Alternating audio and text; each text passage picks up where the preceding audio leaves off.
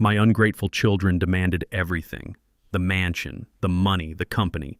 My lawyer begged me to fight, but I just smiled and said, "Give them all." At the final hearing, I signed without hesitation. My kids were grinning, convinced they had won the jackpot. Then their lawyer read one line from the contract. The whole courtroom went silent, and their smiles vanished instantly as they realized I had not given them a fortune. I had given them a debt they could never escape. Before I tell you how I taught them the ultimate lesson, please like and subscribe. My name is Thaddeus Coleman, but in the shipping yards of Chicago, they just call me Thad. I am 71 years old. I started Coleman Logistics with one rusted truck and a back that did not know how to quit.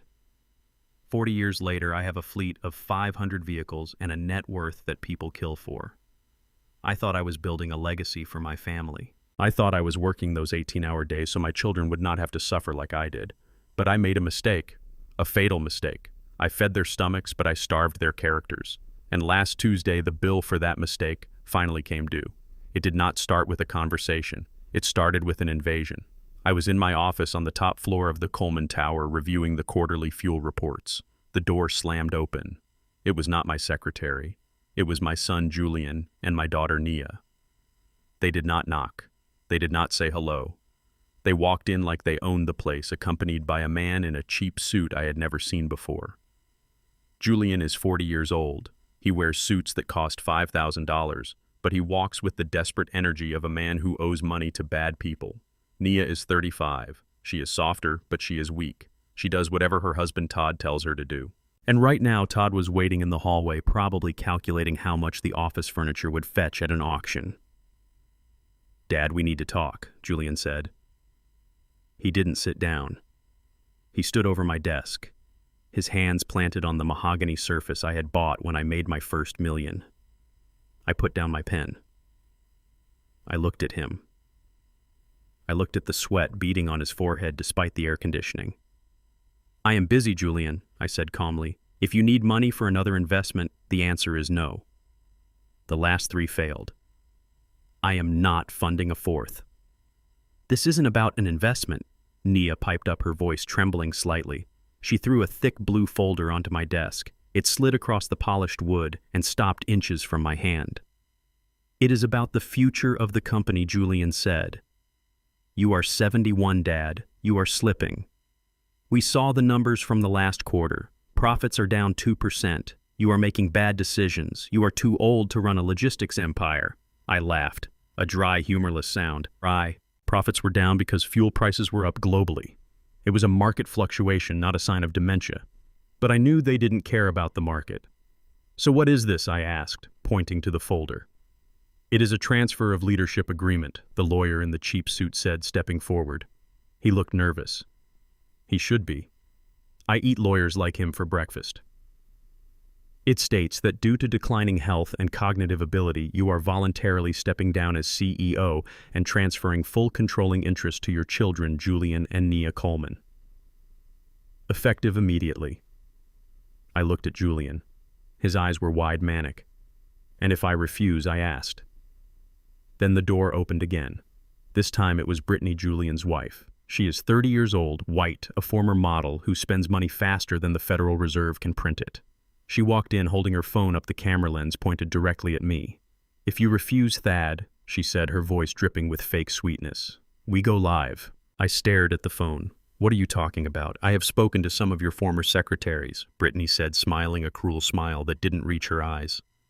"We have stories, Thad, stories about sexual harassment, stories about you using racial slurs against your own employees, stories about you wandering around the office without your pants on because you are senile."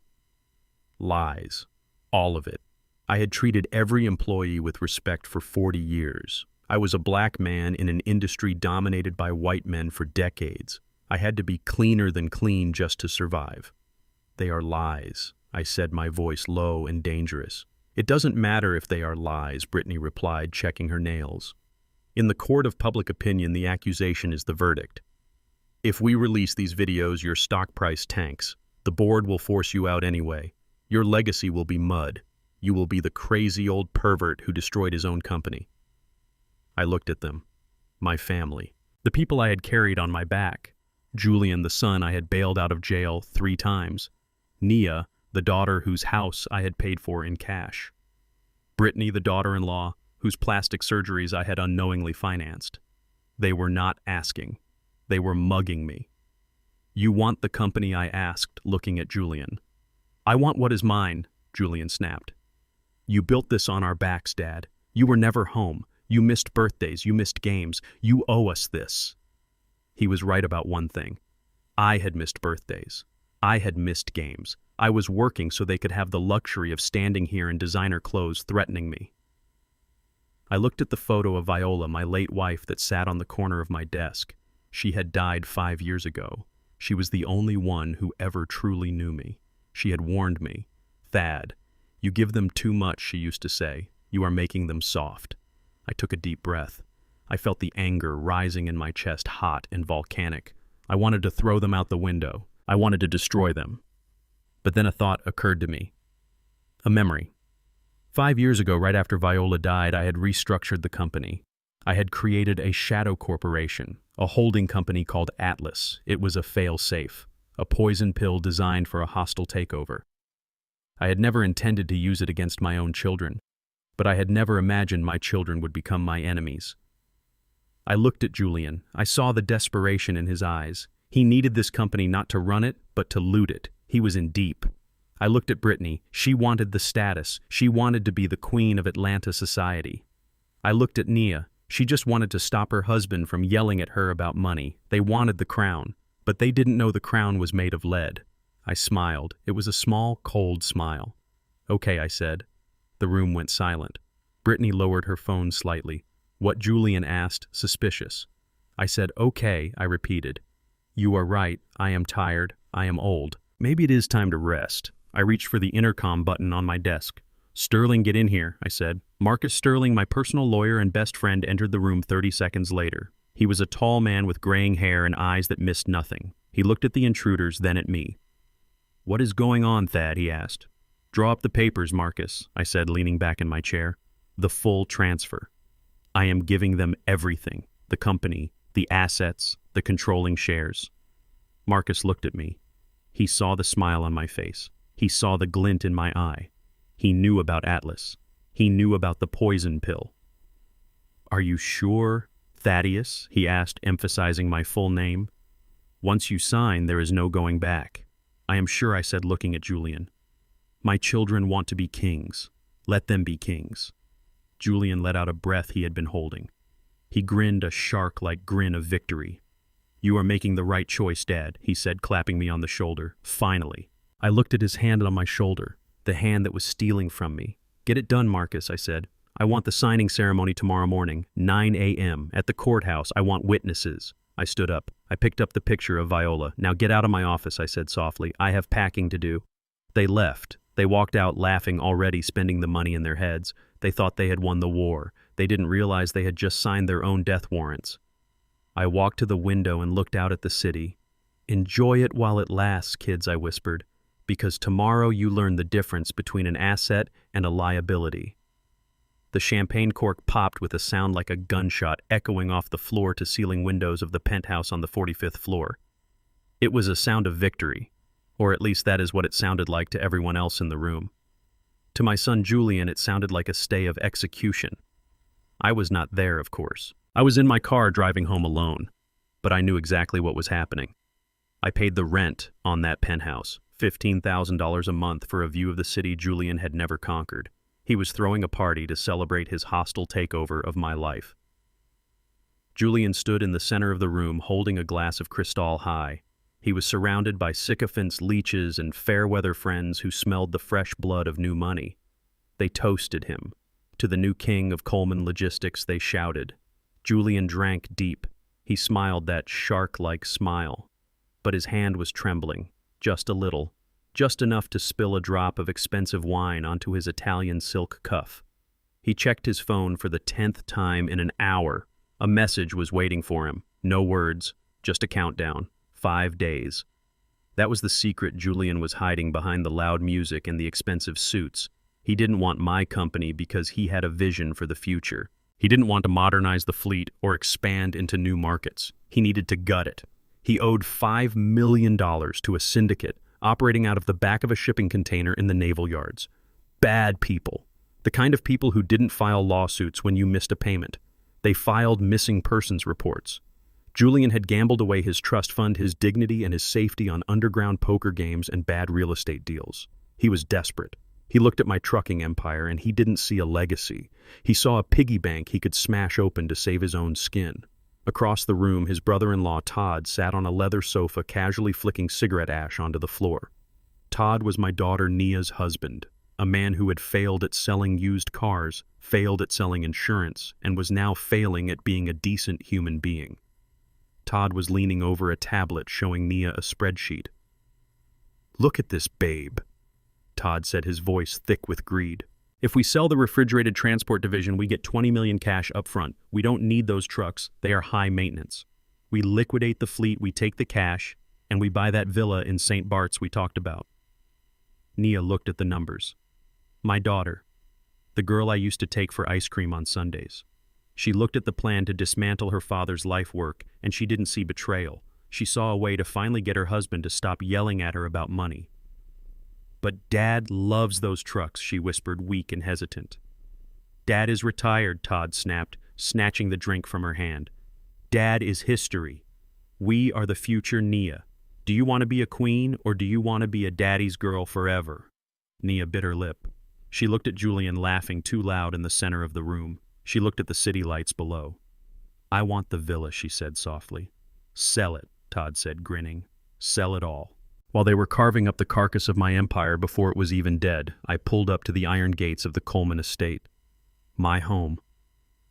It was a sprawling manor built of gray stone sitting on 5 acres of manicured gardens. I had built it for Viola. Every brick was laid with love. Every room held a memory of her voice, her laugh, the way she used to hum when she arranged flowers in the foyer. Since she died, the house had been too big, too quiet. But it was still mine. It was my sanctuary. Or so I thought. As the gates swung open, I saw a car parked in the driveway. A red convertible. Todd's car. My stomach tightened. I had just signed away my company hours ago. I was tired. I wanted to pour a glass of bourbon, sit in my study, and look at Viola's picture. I didn't want to fight anymore today. But the vultures were not done feeding. I parked my old sedan next to the flashy sports car. I walked up the stone steps, my joints aching with the damp night air. Before I could even reach for my keys, the front door swung open. Nia stood there. She wasn't wearing her usual casual clothes.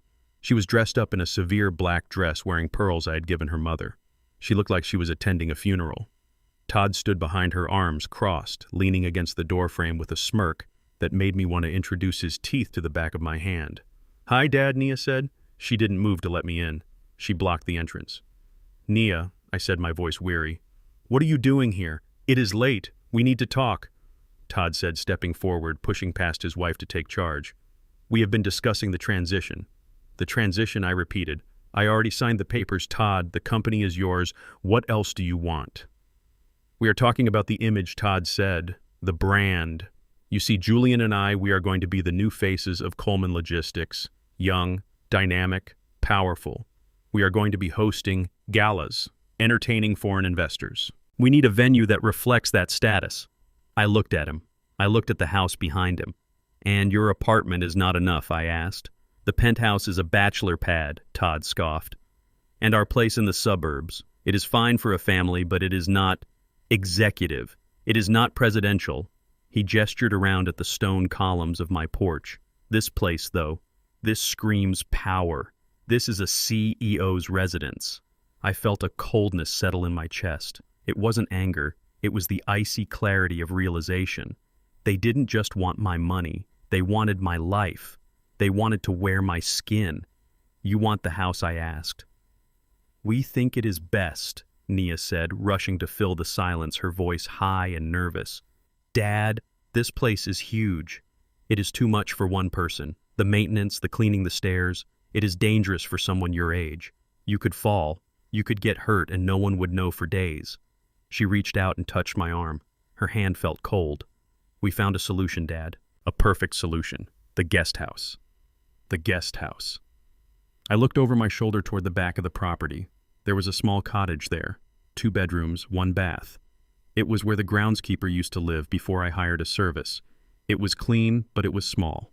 It was a servant's quarters. It is cozy, Nia insisted. It is single level.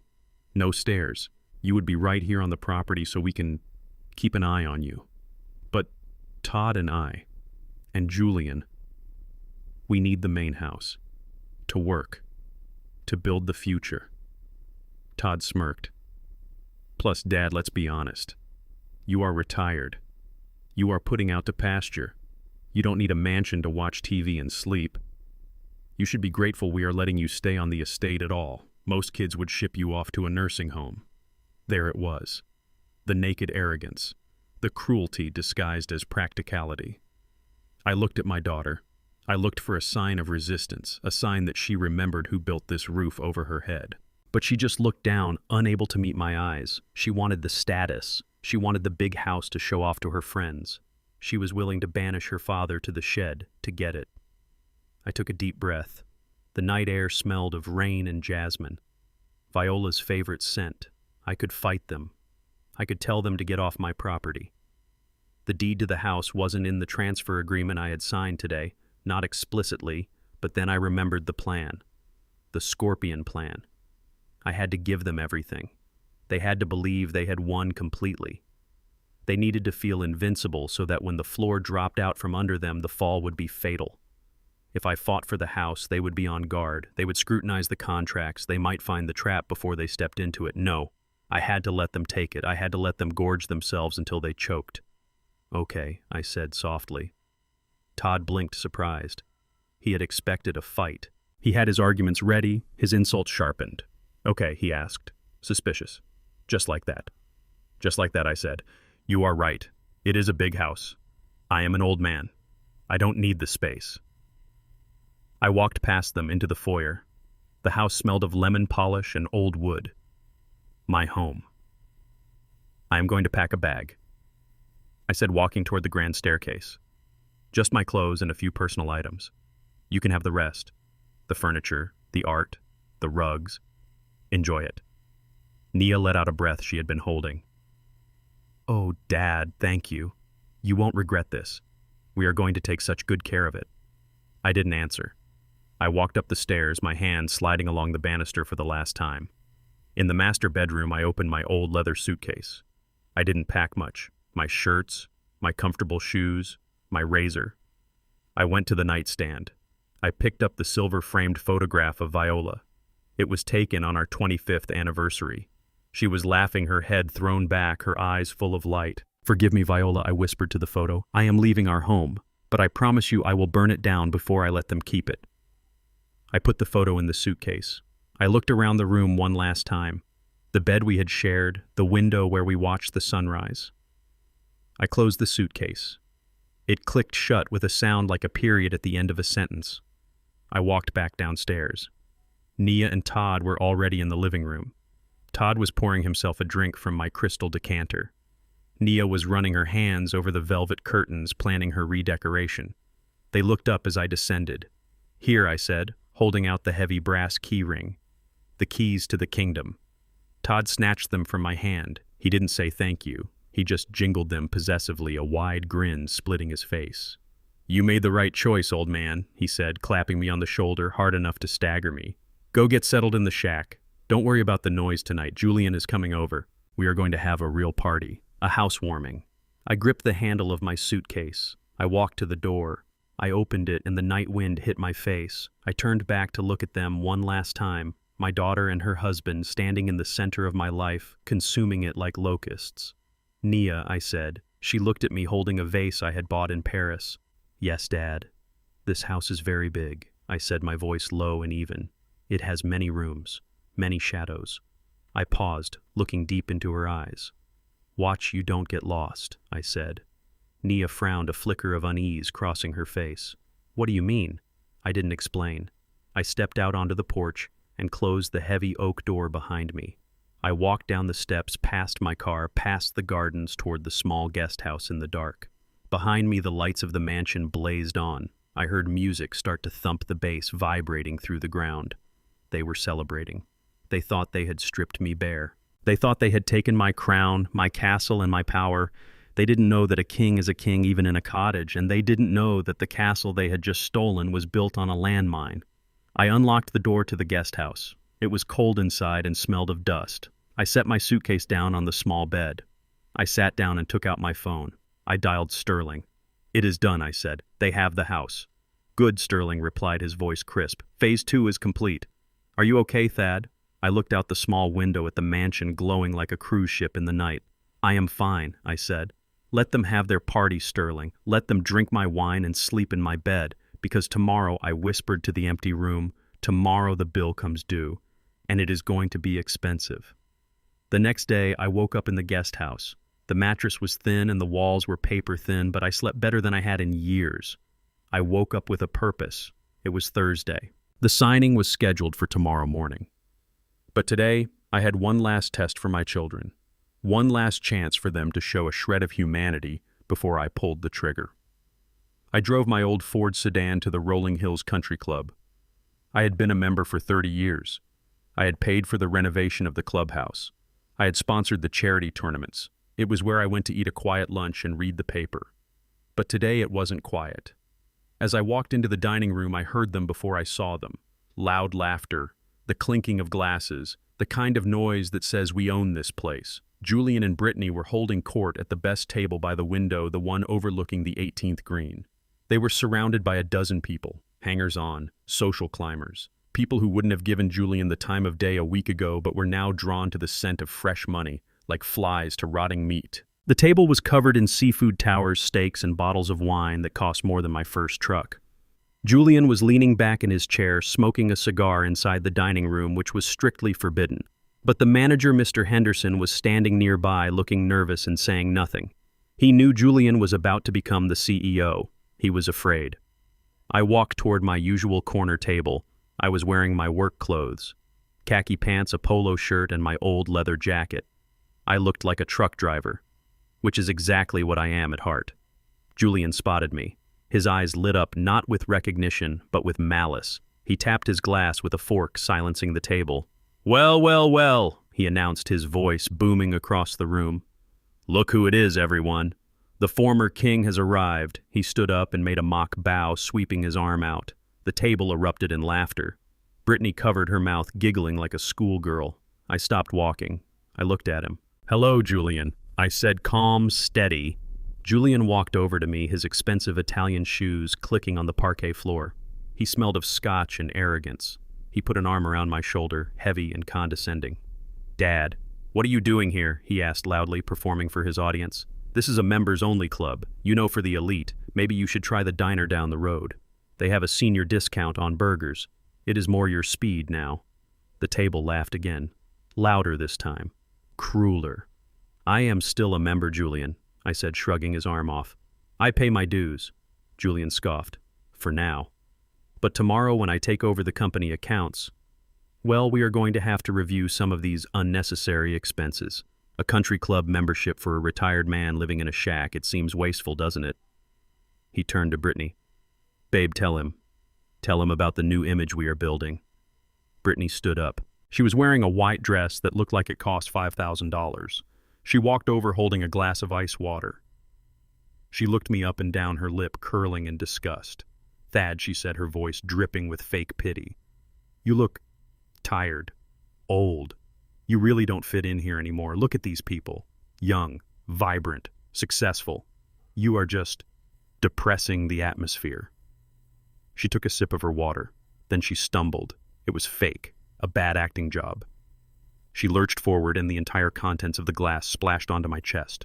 Ice water soaked my shirt, running down my stomach, chilling me to the bone. "Oops," she squealed, her hand flying to her mouth. "Oh my God, Thad. I am so sorry." I tripped. She wasn't sorry. Her eyes were dancing with glee.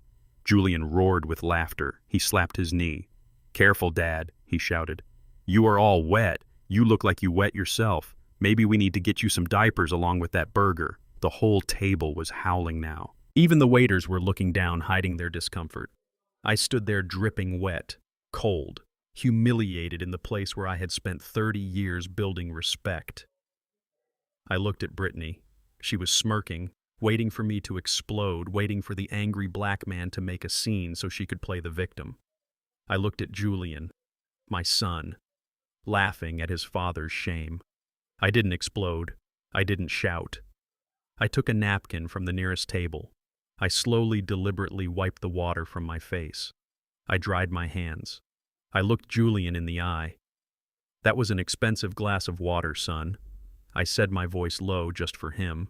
He laughed again. "It is free, old man. Water is free." "Nothing is free, Julian," I said. "Everything has a cost, and you just put it on the company tab." I pointed to the table laden with food and wine. "Enjoy your lunch," I said. "Eat up, drink up, order the lobster, order the vintage champagne." I leaned in closer. "Because this lunch, it is going to be the most expensive meal you ever ate." Julian frowned, confused by my tone. "What are you talking about?" "You will see," I said. I turned and walked away. I walked out of the dining room, my head high, my wet shirt sticking to my skin. I heard Julian behind me shouting something about me being senile, but I didn't look back. I walked out to the parking lot. The sun was shining, but I felt cold. Not from the water, but from the finality of it. That was it, the last chance. If Julian had offered me a napkin, if he had told Brittany to apologize, if he had shown 1 ounce of respect, I might have hesitated. I might have reconsidered the nuclear option, but he didn't. He laughed. I got into my car. Marcus Sterling was waiting in the passenger seat. He had seen everything through the window. His face was grim. "You okay, Thad?" he asked, handing me a towel he had grabbed from the gym. I dried my face. I looked at the clubhouse at the window where my son was celebrating my humiliation. "I am fine, Marcus," I said. "I am clear." Marcus opened his briefcase. He pulled out a thick document bound in blue leather. "The transfer agreement," he said. "It is ready." He flipped to the back, to the appendix. "Is the scorpion clause in there?" I asked. Marcus nodded. "Page 412, clause 88B. It is buried deep, Thad. Even a good lawyer would miss it if they weren't looking for it. And Julian's lawyer? That kid in the cheap suit? He won't look. He is too busy counting his commission." I touched the paper. It felt heavy, lethal. "And Atlas Holdings?" I asked. "Set up and waiting," Marcus said. "The moment you sign, the moment you resign as CEO, the debt transfers. It is a domino effect, Thad. Once it starts, it doesn't stop until everything is flattened." He looked at me, his eyes full of concern. "Are you sure about this?" he asked quietly. "They are your children, Thad. This will destroy them. It will leave them with nothing." I looked back at the clubhouse. I remembered the water hitting my chest. I remembered the laughter. "They already have nothing." "Marcus," I said, "they have no character. They have no honor. They have no love. All they have is greed." I started the car. "I am not destroying them," I said, putting the car in gear. "I am teaching them. I am giving them the one thing I never gave them before." "What is that?" Marcus asked. "Consequences," I said. I drove away from the club, leaving the laughter behind. Tomorrow was Friday. Tomorrow was Judgment Day. And the judge was me. To understand why I am about to destroy my own children, you have to go back 5 years. It was the day of Viola's funeral. The rain was coming down in sheets, turning the black soil of the cemetery into mud. I stood by the open grave, my heart buried inside that mahogany casket, along with the only woman who had ever loved me for me. I was broken. I was a man standing in the ruins of his life, holding an umbrella that did nothing to stop the cold from seeping into his bones. But my children were not cold. They were impatient. I watched them through the veil of rain.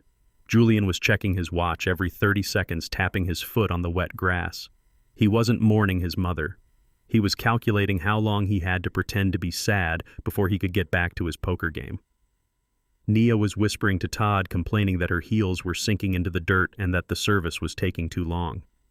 Brittany was taking a selfie, carefully angling the camera so the hearse was in the background, but her makeup looked tragic enough for social media. They were vultures, waiting for the carcass to cool. That was the moment the blindfold fell from my eyes. Viola had been the glue holding us together, the soft heart that made excuses for their greed. Without her, I saw them clearly. They didn't see a father standing there in the rain. They saw a bank vault with a pulse. That afternoon, while the family gathered at the house to drink my wine and eat the funeral food, I slipped away. I drove to Marcus Sterling's office. I walked in dripping wet mud on his expensive carpet. "Fix it, Marcus," I said. "Fix what, Thad?" he asked, pouring me a drink. "The company," I said. "The legacy. If I die tomorrow, they will tear it apart like wild dogs. I need a fail-safe. I need a poison pill." That was the birth of the Scorpion Plan. We spent months restructuring. We created a shell, a holding company called Atlas Holdings. It sounded strong. It sounded powerful. It sounded like exactly the kind of corporate entity a young, arrogant CEO would want to control. We moved everything into Atlas, every truck, every warehouse, every contract. But we also moved the debt. Coleman Logistics looked profitable on paper, and it was. But expansion costs money. I had taken out a massive commercial loan to upgrade the fleet to green energy trucks. $85 million. It was a calculated risk, a good debt that the company revenue could easily service as long as I was at the helm, as long as the banks trusted the captain. But Marcus and I added a clause to the loan agreement, a tiny, terrifying clause buried in 500 pages of legal jargon, the accelerated payment clause. It stated that the loan was secured by the personal guarantee of the founding CEO Thaddeus Coleman. If Thaddeus Coleman was removed from power, if he resigned, if control was transferred to any other party without the express written consent of the bank, the loan would be considered in default. The full amount, $85 million, due immediately. It was a bomb wired to my heartbeat. As long as I sat in the chair, the company was safe. The moment I stood up, the timer started. Now, 5 years later, sitting in my car outside the country club, with the memory of that ice water soaking my shirt, I knew it was time to detonate it. Marcus handed me the document. It was heavy. 500 pages of dense legal text bound in a blue folder. It looked like a trophy. It was actually a death sentence. I ran my hand over the cover. "Atlas Holdings," I whispered. "The weight of the world." Marcus turned to the critical page. Clause 88B. "Here it is," he said, pointing to the paragraph. "The transfer of assets includes the transfer of all liabilities associated with Atlas Holdings. The new controlling partners assume full, unlimited personal liability for all outstanding debts." I read the words. They were dry, boring, legal, but they were lethal. Unlimited personal liability. That meant they couldn't just bankrupt the company and walk away. The bank would come for everything: their penthouses, their sports cars, their jewelry, their future. "They never read the contracts," Marcus said, closing the folder. "Julian thinks reading is for employees. He just signs where the sticky note tells him to." Marcus looked out the window, his face troubled. "This is nuclear, Thad. Once you sign this, once you hand it over tomorrow, the bank gets notified automatically. The freeze happens within the hour. By lunchtime on Friday, they will be insolvent. By dinner time, they will be homeless." I thought about the lunch I had just left. I thought about Julian laughing as I wiped water from my face. I thought about the way he called me old man. "Good," I said. "Let them starve. Maybe hunger will teach them what abundance never could." My phone rang. The screen lit up with Julian's face. I stared at it for a moment, letting it ring.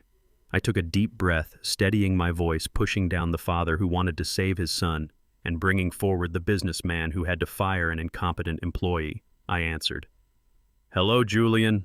Where are you, old man?" Julian's voice barked through the speaker, loud and distorted. "We have been waiting. My lawyer says he sent the final draft to Sterling an hour ago. Why haven't you responded? We need to get this done." "I am with Sterling now," I said calmly. "We are reviewing the paperwork. It is a big document, Julian, 500 pages. We have to be thorough." "Thorough," Julian scoffed. "It is boilerplate, Dad. Just standard transfer stuff. Stop stalling. I know what you are doing. You are trying to drag this out, hoping I will change my mind. Hoping I will let you keep your little throne." "No, son," I said. "I am not hoping for that." "Then sign it," Julian shouted. "Sign it and send it over. I have a board meeting scheduled for Monday morning. First item on the agenda is cleaning house." "Cleaning house?" I asked, feeling a cold knot in my stomach. "Yeah," Julian said, his voice dripping with glee. "Those dinosaurs you have on the board, Mr. Henderson, Mrs. Gable, all your old cronies, they are gone. I am firing them all. We are bringing in new blood, my friends, people who know how to make real money. Not this slow, steady garbage you have been doing for 40 years. He was going to fire them. He was going to fire the people who had stood by me when the business was nothing but a garage and a prayer. Mr. Henderson, who had lent me money for my first truck when the bank said no because of the color of my skin. Mrs. Gable, who had run the office for 30 years. He wasn't just killing my company, he was killing my family. That was the final nail. If I had any hesitation, any lingering doubt, it evaporated in that second. Julian was a cancer, and you don't negotiate with cancer, you cut it out. You are right, Julian, I said, my voice dropping to a low, smooth timbre. I am being an old man, overly cautious.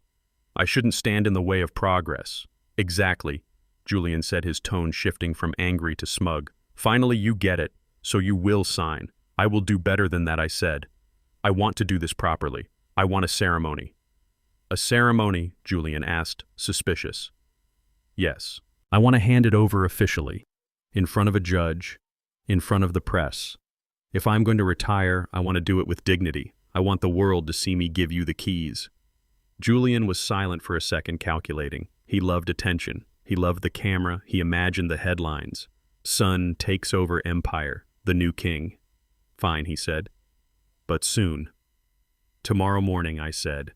9 a.m., the downtown courthouse. Bring your lawyer. Bring Nia. Bring Todd. Bring Brittany. Bring everyone. I want witnesses. Done, Julian said. 9 a.m. sharp. Don't be late, old man, and bring the pen, the gold one. I want to use it to sign my new salary check. He hung up.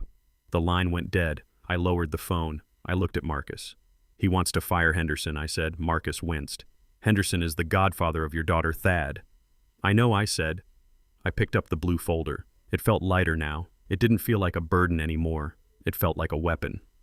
9 a.m. tomorrow, Marcus, I said. Book the courtroom. Call the judge. And call the bank. Tell them to have the default notice ready to serve at 9:30. Marcus nodded slowly, closing his briefcase. It is going to be a bloodbath, Thad. No, Marcus. I corrected him, staring out the windshield at the manicured lawns of the country club that didn't want me. It is going to be a coronation. I am going to give him exactly what he asked for. The crown, the title, the responsibility. I started the engine. And then I am going to watch the weight of it crush him. Friday morning was a symphony of chaos and ambition.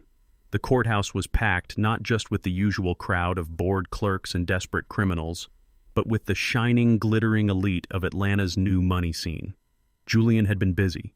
He had leaked the news of the transfer to every business journal and gossip blog in the city. The press was there, cameras flashing microphones, hungry for a soundbite from the young, dynamic heir who was about to take the throne. I stood in the corner of the courtroom watching the spectacle. I was wearing my best suit, a charcoal gray wool that I had bought for Viola's funeral. It felt appropriate. Today was another kind of burial. Julian was in the center of the room, preening like a peacock. He was wearing a suit that cost more than my first house. His hair was slicked back, his teeth were bleached white, and his smile was so wide it looked painful. Brittany was clinging to his arm, draped in diamonds, posing for selfies with anyone who would look at her. Nia and Todd were there too, looking smug and satisfied like cats who had just swallowed the canary. They didn't look at me. To them, I was already a ghost, a relic of the past to be discarded as soon as the ink was dry. The judge entered a stern woman named Abernathy who had presided over business disputes for 20 years. She banged her gavel, silencing the chatter. This is a special session for the notarization and filing of a transfer of ownership agreement for Coleman Logistics, she announced. Are all parties present? Yes, Your Honor, Julian boomed, stepping forward. Yes, Your Honor, I said quietly from my corner. I walked to the plaintiff's table. Marcus Sterling was already there, the blue folder sitting in front of him like a loaded weapon. Julian and his lawyer took the defense table, although today they thought they were the victors. Julian's lawyer was a kid named Pierce. He looked about 25, fresh out of law school, with a tie that was too wide and a confidence that was unearned. He didn't even open the folder Marcus had sent over. He just tapped it with his pen, looking bored. Your Honor, Pierce said, my client has reviewed the documents. We are ready to proceed. It is a standard transfer. Nothing complicated. Marcus looked at me. He raised an eyebrow. He didn't read it, his eyes said. He didn't even look at the appendix. I suppressed a smile. Arrogance was a powerful drug. It made you blind. The judge looked at me.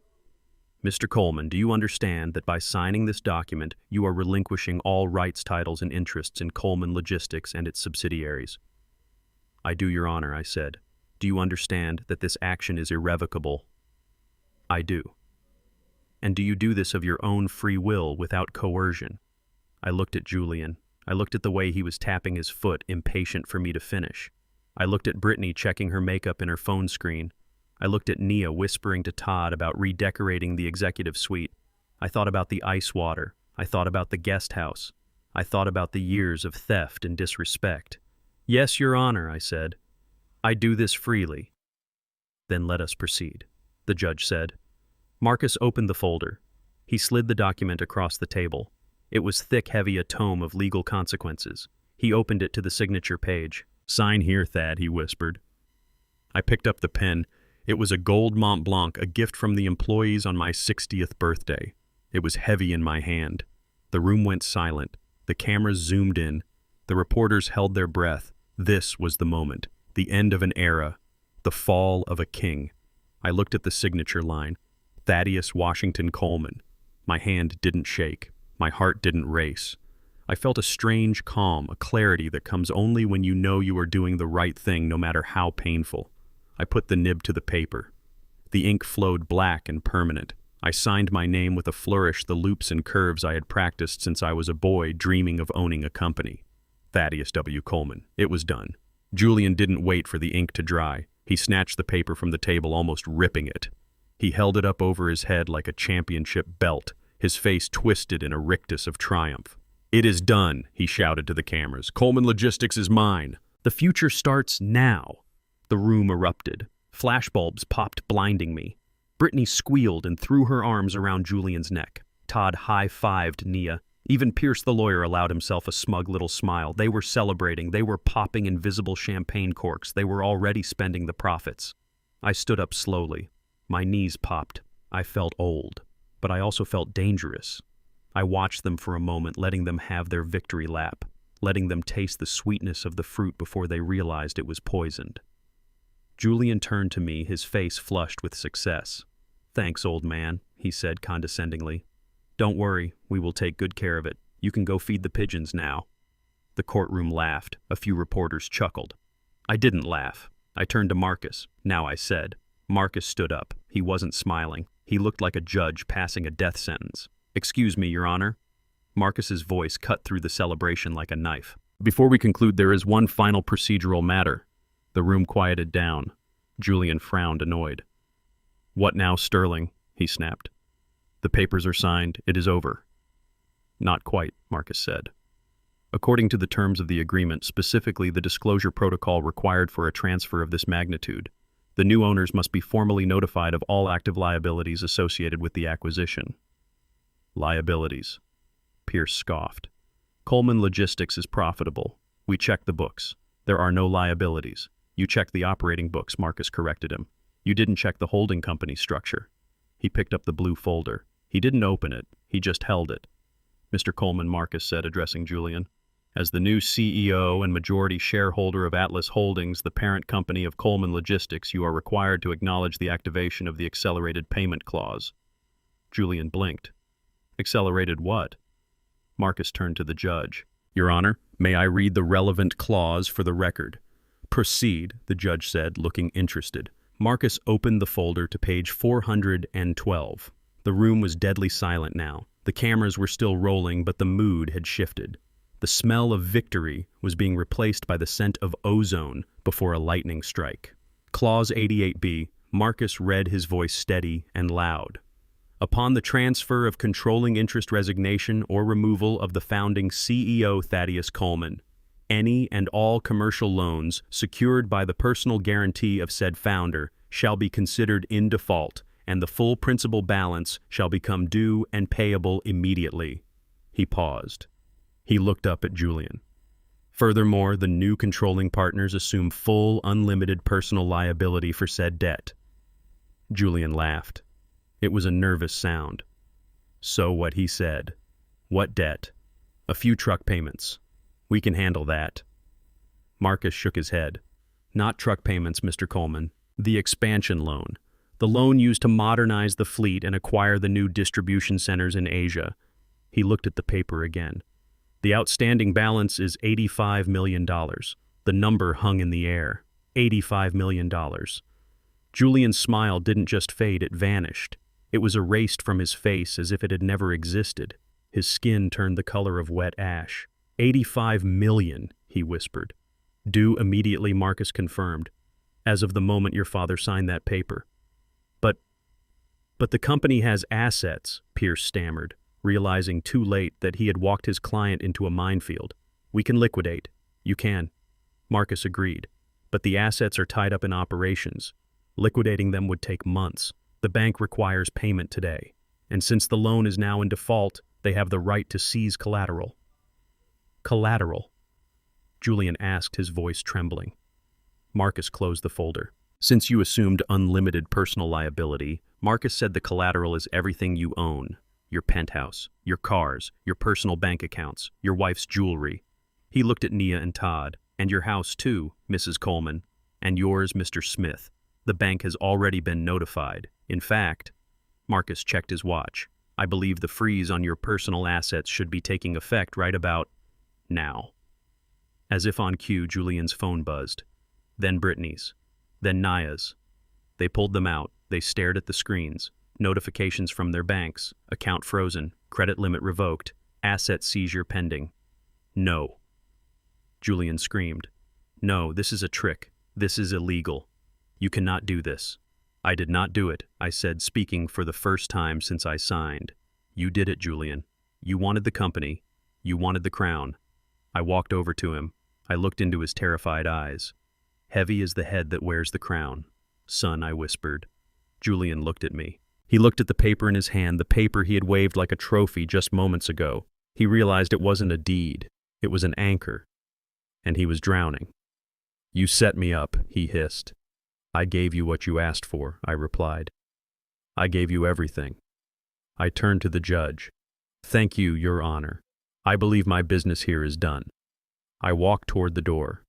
Behind me, chaos erupted. Brittany was screaming at Julian. Todd was shouting at his lawyer. The reporters were shouting questions, sensing the story of the year. But I didn't stop. I walked out of the courtroom, out of the noise, out of the life I had built for them. I walked into the quiet hallway where the only sound was the tapping of my own shoes. I was retired. I was broke on paper. I was homeless. But for the first time in 40 years, I was free. The courtroom was vibrating with the energy of a coronation. The flashbulbs were still popping, creating a strobe effect that made Julian's triumphant grin look jagged and grotesque. He was shaking hands with his lawyer, Pierce, who looked like he had just won the lottery without buying a ticket. Brittany was already typing on her phone, probably posting a picture of the signed contract with a caption about new beginnings and boss moves. Nia and Todd were huddled together, whispering excitedly about which wing of my estate they would occupy first. They were drunk on victory. They were high on the fumes of my legacy. I stood there, my hands resting on the edge of the plaintiff's table, and I felt a strange sense of detachment. It was like watching a car crash in slow motion, knowing you cut the brake lines yourself. I looked at Marcus Sterling. He was sitting perfectly still, his hands folded over the blue folder. He wasn't looking at the celebration. He was looking at the judge, waiting for the room to settle. I gave him a barely perceptible nod. Now, Marcus, I whispered. Marcus stood up. He didn't slam his hand on the table. He didn't shout. He simply cleared his throat. Excuse me, Your Honor, Marcus said, his deep baritone cutting through the chatter like a foghorn. Before we adjourn, there is one final procedural matter regarding the immediate execution of the contract. The room quieted down, but the smiles didn't fade. Julian turned around, looking annoyed like a king interrupted by a servant. What is it now, Sterling? Julian snapped, his voice dripping with condescension. The papers are signed. The company is mine. If you are looking for a severance package, you will have to wait for the HR meeting on Monday. The reporters chuckled. Pierce smirked, adjusting his tie. It is not about severance, Mr. Coleman, Marcus replied, his face an unreadable mask of professional calm. It is about liability, specifically the activation of the transfer clauses embedded in Appendix C of the agreement you just signed. Pierce laughed. A dismissive, arrogant sound. Appendix C. Your Honor is just standard boilerplate, Pierce said, waving his hand. Indemnification clauses, minor clerical details. We can handle that next week. Marcus turned his gaze to Pierce. It was a look of profound pity. "I am afraid we cannot wait until next week," Marcus said. "The clause in question is self-executing. It triggers the moment the signature is applied." He picked up the blue folder. He opened it slowly, deliberately. The rustle of the paper was the only sound in the room. "Your Honor." "If I may," Marcus said, addressing Judge Abernathy, "I would like to read Clause 88B of Appendix C into the record to ensure all parties understand their immediate obligations." The judge looked intrigued. She leaned forward. "Proceed, Mr. Sterling." Marcus adjusted his glasses. He looked at the page, then he looked directly at Julian. Clause 88B, the Accelerated Payment Protocol. Marcus read his voice echoing off the mahogany walls. "Upon the voluntary transfer of majority control resignation or removal of the founding CEO Thaddeus Coleman, any and all commercial loans secured by the personal guarantee of said founder shall be considered in default, and the full principal balance shall become due and payable immediately." Julian frowned. He didn't understand. He looked at Pierce. Pierce looked confused. "So what?" Julian said, a nervous chuckle escaping his lips. "So we refinance. Dad probably owes a few payments on the trucks. Big deal." Marcus held up a hand, silencing him. He wasn't finished. Furthermore, Marcus continued, his voice rising slightly, adding weight to every syllable. "The new controlling partners identified herein as Julian Coleman and Nia Coleman, acting as primary shareholders of Atlas Holdings, hereby assume full unlimited personal liability for said debt." He lowered the paper. He took off his glasses. "This includes the forfeiture of all personal assets to satisfy the debt should the company liquidity prove insufficient." The silence that followed was absolute. It was heavy, suffocating. The air conditioner hummed. A reporter shifted in his seat. Brittany stopped typing. Her thumb hovered over her screen. Julian's smile faltered. It flickered like a dying light bulb. "What debt?" he asked, his voice tight. "Coleman Logistics is profitable. We saw the balance sheets. There is no major debt." "You saw the operating sheets," Marcus corrected him gently. "You did not review the capital expansion ledger for the holding company. You did not look at the financing for the new Asian distribution network." "Asian distribution." Julian repeated the words, sounding foreign in his mouth. "Yes," Marcus said. "Your father took out a commercial mortgage to finance the expansion into the Pacific market. It was a massive undertaking. High risk, high reward." Julian looked at me. His eyes were wide, searching for a lifeline, searching for a punchline to this terrible joke. "How much?" he whispered. Marcus looked at the document again. "The current outstanding principal, including early termination fees and immediate interest acceleration, is $85 million. $85 million. The number hung in the air like a guillotine blade. $85 million. The reaction was visceral. It started with Brittany. Her hand, which had been clutching her quilted Chanel bag, a bag that cost more than my first car, suddenly went limp. The bag slipped from her fingers. It hit the floor with a heavy thud, the gold chain clattering against the wood. Clack. That sound was the period at the end of their lives. Julian's face went gray. All the color drained out of him, leaving him looking like a wax figure melting under heat. He gripped the edge of the defense table, his knuckles turning white. 85, he stammered. Million, Marcus finished for him. "And since the clause is immediate," Marcus added, checking his watch, "the bank has already been notified of the transfer. The default is active. The demand for payment has been issued." "No," Julian shouted. His voice cracked, breaking into a high-pitched squeal of panic. "No, that is impossible. You are lying. Dad, tell him he is lying. We don't have $85 million. I stepped forward. I walked out from behind the table. I moved slowly, my steps echoing in the silent courtroom. I stopped a few feet from my son. I looked into his terrified eyes. "I am not lying, Julian," I said, my voice calm, steady. I tried to tell you, running a company is not just about profits and parties. It is about risk. It is about leverage." "But Dad," Julian pleaded, tears welling up in his eyes. $85 million. That is everything. That is more than the company has in cash. "I know," I said. "That is why I was the guarantor. The bank trusted me. They knew I could steer the ship. They knew I would make the payments." But they don't trust you, Julian. They don't know you. And the moment I signed that paper, the moment I stepped down, they called the loan. They want their money, I said, leaning in close. And they want it now. Pierce, the young lawyer, jumped up. He was sweating, his cheap suit staining at the armpits. Your Honor, this is entrapment, he yelled, his voice shaking. My client was not made aware of this liability. This contract is void. Marcus turned on him like a wolf on a rabbit. Entrapment, Marcus scoffed. Mr. Pierce, you were provided with the full documentation 72 hours ago. The folder was on your desk. Did you read Appendix C? Did you advise your client on the liabilities of Atlas Holdings? Or did you just look at the commission check and tell him to sign? Pierce opened his mouth, but no sound came out. He hadn't read it. We all knew it. He had committed malpractice in front of a room full of reporters. His career was over before it began. Nia let out a low moan. She grabbed Todd's arm. Todd, she whispered, her voice rising in hysteria. Unlimited personal liability. What does that mean, Todd? Todd looked sick. He looked like he was about to vomit on his shoes.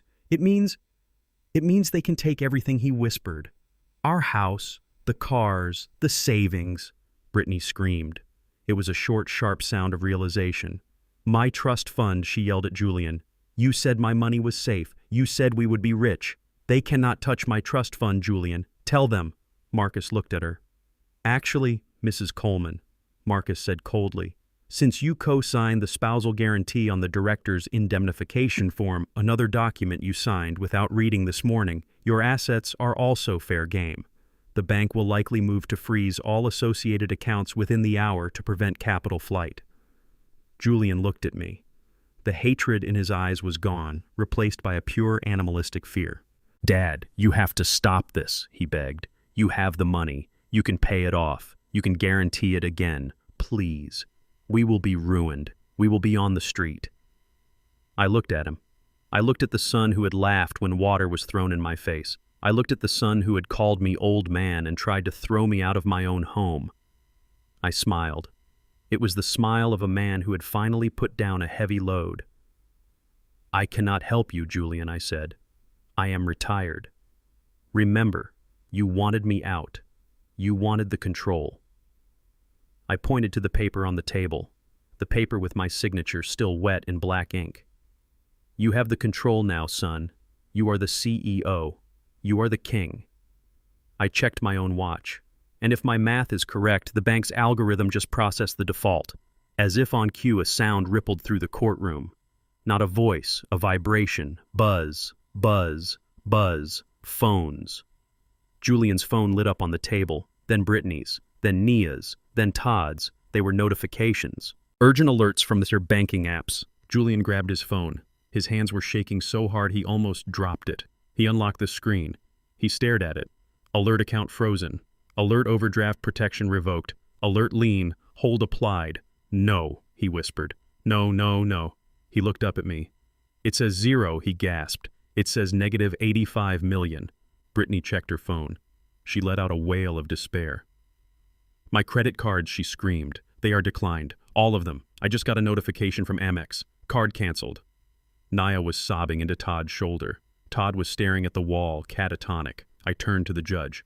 Your Honor, I believe the transfer is complete. My children have received their inheritance. I looked back at Julian one last time. You wanted the mansion, the money, the company. I said, my voice hard as iron. You got them. You got the whole package, Julian. The assets and the debts. I buttoned my jacket. Welcome to the big leagues, son. I hope you know how to swim, because the water is very deep and the sharks are very hungry.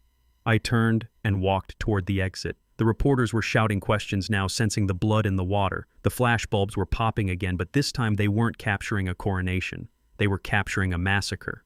I didn't look back. I didn't need to. I knew exactly what was happening behind me. My children were drowning in the gold they had coveted, and I walked out into the sunlight a free man with nothing to my name but my dignity. And that was worth more than $85 million. The chaos in the courtroom wasn't just noise, it was the sound of a lifestyle dying. The air was thick with the smell of fear, a sour metallic scent that radiated from my children. They stood in the center of the room like statues crumbling under the weight of an invisible hammer. Then the sound changed. It shifted from the collective gasp of the audience to a digital symphony of destruction. Ringtone, vibration, ping. Julian's phone, which was still clutched in his trembling hand, began to ring. It wasn't a text message this time. It was a call. The screen flashed a name that Julian usually loved to see: Private Wealth Management. He answered it, his hand shaking so badly he almost dropped the device.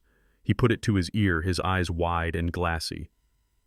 "Hello," he stammered. "Look, there is a mistake. My app says—" He stopped. He listened.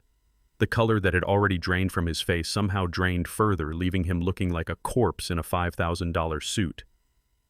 "What do you mean effective immediately?" he shouted, his voice cracking. "You cannot do that. I am the CEO. I am—" He pulled the phone away from his ear and stared at it in horror. "They hung up," he whispered. "They liquidated the margin account. They called the collateral." Before he could process that, another phone rang. Then another. It was a domino effect of financial ruin. Nia grabbed her purse, digging frantically for her phone. "It is the mortgage company," she screamed, looking at the screen. They say the automatic payment for the estate was rejected. They are initiating foreclosure proceedings on our current house." Todd, do something. Todd stood there paralyzed. His phone was buzzing in his pocket, but he didn't answer it. He didn't have to. He knew what it was. It was the sound of his sports car being repossessed. It was the sound of his country club membership being revoked. But the most violent reaction came from Brittany, my daughter-in-law. The woman who believed she was untouchable because she had married into the Coleman name didn't look at her bank app. Her survival instinct was sharper, more primal. She looked at the door. She realized before anyone else that the ship wasn't just sinking. It was already at the bottom of the ocean. She needed a lifeboat. She tapped furiously on her phone screen. I watched her. I knew exactly what she was doing. She was on a travel app. She was trying to book a one-way ticket to Paris or Dubai or anywhere that didn't have an extradition treaty with poverty. She hit a button. Her finger pressed down hard on the glass. Then she froze. She hit it again. Harder. "No!" she shrieked. A sound so high and piercing it made the court reporter wince. "No, no, no." "Try it again." She looked up at the room, her eyes wild. "It is declined," she yelled. "My black card, my limitless card, it is declined." She turned on Julian, hitting him in the chest with her phone. "Fix it, Julian," she screamed. "I am trying to book a flight. I need to get out of here. Fix it." Julian pushed her away. He looked like a man who had just woken up in a burning building. "I cannot fix it," he roared back at her. "Ow." "Don't you get it, Brittany? It is all gone. The bank. They froze everything. Even the joint accounts. Even your trust fund allowance. My trust fund—" Brittany gasped. "They cannot touch that. That is my money." "It was secured against the company assets," Marcus Sterling said calmly from beside me. His voice was the only steady thing in the room. "When you signed the spousal guarantee this morning, Mrs. Coleman, you pledged all personal liquid assets as collateral against the commercial loan. The bank is simply exercising its right to offset the debt." Brittany stared at him. Then she stared at her phone. The screen showed a red notification box. Transaction denied. Contact issuer. She threw the phone. It hit the floor and slid across the wood, coming to a stop at my feet. I looked down at it, a shiny piece of technology that was now as useless as a brick. I looked up at my family. They were huddled together, not out of love, but out of terror. They were a pack of wolves that had suddenly realized they were trapped in a cage with a tiger. Julian looked at me. His eyes were red, his breathing ragged. "Why?" he whispered. "Why did you do this, Dad? You said you were giving us the company. You said you were retiring." I stepped forward. I moved slowly, deliberately. I buttoned my jacket. I adjusted my cuffs. I looked like exactly what I was, a man who had built an empire from dirt and sweat, a man who knew the value of $1 because he had bled for every single one. "I did give you the company, Julian," I said, my voice low and hard. "I gave you exactly what you asked for. But the debt," Julian cried. $85 million. "How could you have that much debt?" "The company was making money. The company was making money because I was running it," I replied. I walked closer to him, entering his personal space, forcing him to look at me, to really see me for the first time in years. "Do you know what a personal guarantee is, son?" I asked. Julian shook his head, mute. "It means trust," I said. It means that when I walked into a bank, I didn't need a spreadsheet. I didn't need a slide deck. I needed my name. Thaddeus Coleman. That name meant something. It meant that if the sky fell down, I would still find a way to pay my bills. It meant honor. It meant grit. I pointed a finger at his chest. The bank lent me $85 million to expand into Asia because they knew I would be there to steer the ship through the storm. They bet on the jockey, not the horse. I looked at Naya, I looked at Todd, I looked at Brittany. But today I stepped down, I left the building, and the moment I walked out that door, the bank looked at who was left in the captain's chair. I laughed a dry, humorless sound. And they saw you, Julian. They saw a gambler. They saw a playboy. They saw a man who has never finished a hard day's work in his life. And they got scared. They got terrified. They invoked the clause because they know what I know. What is that? Julian whispered, tears streaming down his face. That you are going to crash this company into the ground within 6 months, I said. The truth hung in the air, brutal and undeniable. So they called the loan, I continued. They want their money back now while there is still something left to take. And since you signed that paper, since you were so eager to take the credit, you also took the liability. My reputation was the shield, Julian. When I left, the shield vanished. And now the arrows are raining down. Good luck. I turned my back on him. I turned my back on the weeping daughter-in-law who had spilled water on me and laughed. I turned my back on the daughter who had tried to banish me to a guest house. I signaled to Marcus, "We are done here." We walked toward the heavy wooden doors of the courtroom. The press parted like the Red Sea. They didn't ask questions. They were too busy typing, too busy recording the carnage. They knew they were witnessing a tragedy of Greek proportions. Behind me, the screaming started again. "You did this!" Brittany shrieked at Julian. "You ruined my life! I am going to sue you! I am going to divorce you!" "Shut up!" Julian yelled back. "Just shut up! We have to call someone! We have to sell the cars!" "You cannot sell the cars!" Todd moaned. "The title is frozen. We cannot sell anything." "Dad," Nia screamed, her voice breaking. "Dad, please come back. Don't leave us like this." I paused at the door. My hand rested on the brass handle. I felt the vibration of their panic in the floorboards. I thought about turning around. I thought about writing a check. I thought about saving them one last time. But then I remembered the photo of Viola. I remembered the years of disrespect. I remembered that they didn't want a father, they wanted a financier. I pushed the door open. I walked out into the hallway. The heavy doors swung shut behind me, muffling the screams, cutting off the sound of my family tearing itself apart. The hallway was quiet. It was empty. The marble floor stretched out before me, clean and bright. I took a deep breath. The air tasted different here. It tasted like freedom. I adjusted my tie. I checked my watch.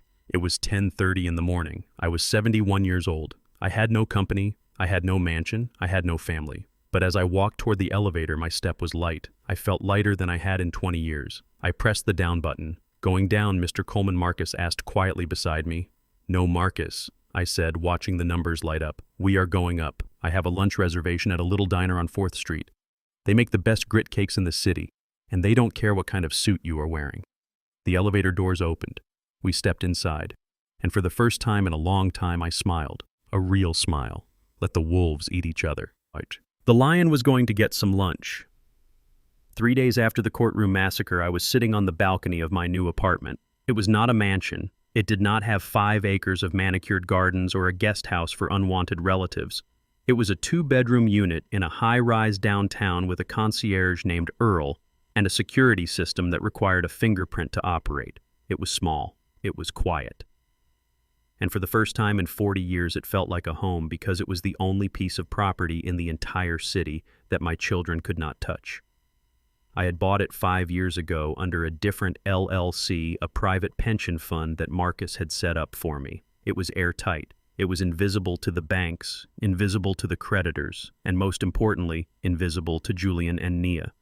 Or at least it had been until they hired a private investigator with the last of their cash to find me. I was drinking a cup of Earl Grey tea, watching the sun go down over the city skyline. I could see the Coleman Tower in the distance, the building I had built, the building that was now the headquarters of a bankrupt empire. I wondered if the lights were still on, or if the power company had already pulled the plug. Then I heard it. The pounding. It was not a polite knock. It was a desperate, rhythmic hammering on my front door. It sounded like the police or the fire department or someone running from a fire. But I knew who it was. I had been expecting them.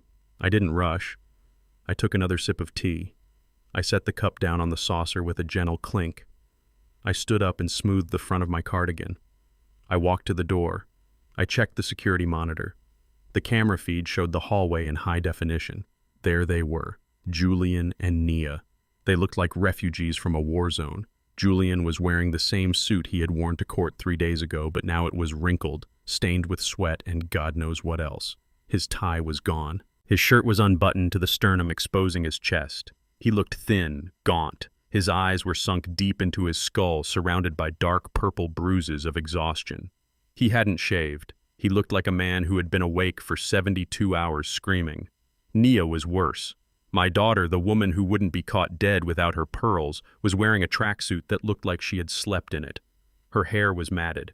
She wasn't wearing makeup, and her face was blotchy and red from crying.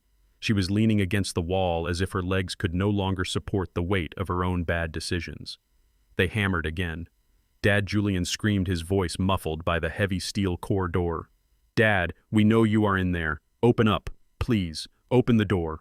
I disengaged the electronic lock, but I kept the heavy security chain in place. I opened the door 3 inches. The smell hit me first. It was the smell of fear, sour sweat, stale alcohol, and desperation. Dad, Nia sobbed, pushing her face into the crack of the door. "Oh, thank God." Dad let us in. "You have to let us in." I looked at them through the gap. I didn't open the door further. I didn't step back to invite them into my sanctuary. "What do you want?" I asked calmly. "We need help." Julian gasped, pushing his face next to Nia's. "They are taking it all, Dad. Everything. The bank. They sent the eviction notice this morning. They are kicking us out of the penthouse. Tonight. They gave us 12 hours to vacate." He clawed at the door frame, his fingernails scratching the paint. "And the mansion." Nia wailed. "Todd says the sheriffs are coming tomorrow. They are going to padlock the gates. We have nowhere to go, Dad. We have no money. The accounts are still frozen. My cards don't work. I tried to buy formula for the baby. I tried to buy food, and I couldn't. She didn't have a baby. She was just lying out of habit, trying to elicit sympathy she didn't deserve." "I need cash," Julian said, his eyes wild. "Just a loan. 50,000, 10,000, anything. I need to pay a lawyer. I need to stop the seizure. Dad, you have money. We know you have a pension. Marcus said you were protected. Give us the money." I looked at my son, the new CEO, the king of Coleman Logistics. He was begging for scraps at my door. I took a sip of my tea. The steam curled up between us through the crack in the door. "I cannot help you," I said. "What do you mean you cannot help us?" Julian shouted, slamming his hand against the wood. "You are our father. You did this to us. You signed that paper. You knew about the debt." "I warned you," I said, my voice steady. "I told you running a company was hard. I told you heavy is the head that wears the crown. You wanted the crown, Julian. You wanted the title. Well, being the boss means you are responsible for the bills." "But 85 million, Nia cried. "We cannot pay that. Nobody can pay that." "I paid it," I said. "For 5 years. Every month. On time. Because I worked. I ran the trucks. I managed the logistics. I didn't spend my days playing golf and my nights gambling in the basement of a speakeasy." I leaned closer to the crack. "You wanted the power, Nia. You and your husband wanted to live in the big house. You kicked me out, remember? You sent me to the guest house. You said I was old. You said I was in the way." Nia flinched. "I am sorry, Dad. We were wrong. We were stupid. Just let us in. We can sleep on the floor. We can stay here until we figure this out." "No," I said. The word hung in the hallway like a gunshot. "No," Julian repeated, blinking as if he didn't understand the language. "What do you mean, no?" "I mean you are not coming in," I said. "This is my home, my retirement home, the one you said I should go to. Well, I am here, and I am retired." I took another sip of tea. "Retired people don't solve corporate bankruptcies," I continued. "Retired people don't bail out failed CEOs. Retired people watch the sunset and drink tea. Open the door!" Julian roared. His desperation turned into rage. He threw his shoulder against the door. The chain rattled, but it held. It was hardened steel installed by the best security firm in the city. "Open it or I will break it down," he screamed. "I will kill you, old man. I will take the money." I didn't flinch. I didn't step back. "You are trespassing, Julian," I said. "I am your son," he yelled, spitting through the crack. "You are a trespasser," I corrected him. "And you are disturbing the peace." I reached behind the door and pressed a small red button on the wall. It was the direct line to the building's security desk. "Hello, Mr. Coleman," a voice crackled from the intercom. "Is everything all right?" "No, Earl," I said, speaking clearly so my children could hear. "I have 2 intruders on the 12th floor. They are attempting to force entry. They are making threats. Please remove them." "Intruders?" Nia gasped. "Dad, we are your children." "Not anymore," I said. "My children died a long time ago. They were replaced by vultures, and I don't let vultures in my house." "We are on our way," Mr. Coleman Earl said. Julian heard the voice from the intercom. He realized what was happening. He realized that the old man he thought was weak, the father he thought was a doormat, had just called the cavalry. "You called security on me," he hissed. "You broke into my building," I said. "You threatened me. What did you expect? A hug?" "You are evil," Julian spat. "You are a monster." "I am a mirror, Julian," I replied. "I am just reflecting what you showed me. You wanted a business relationship. You wanted a transaction.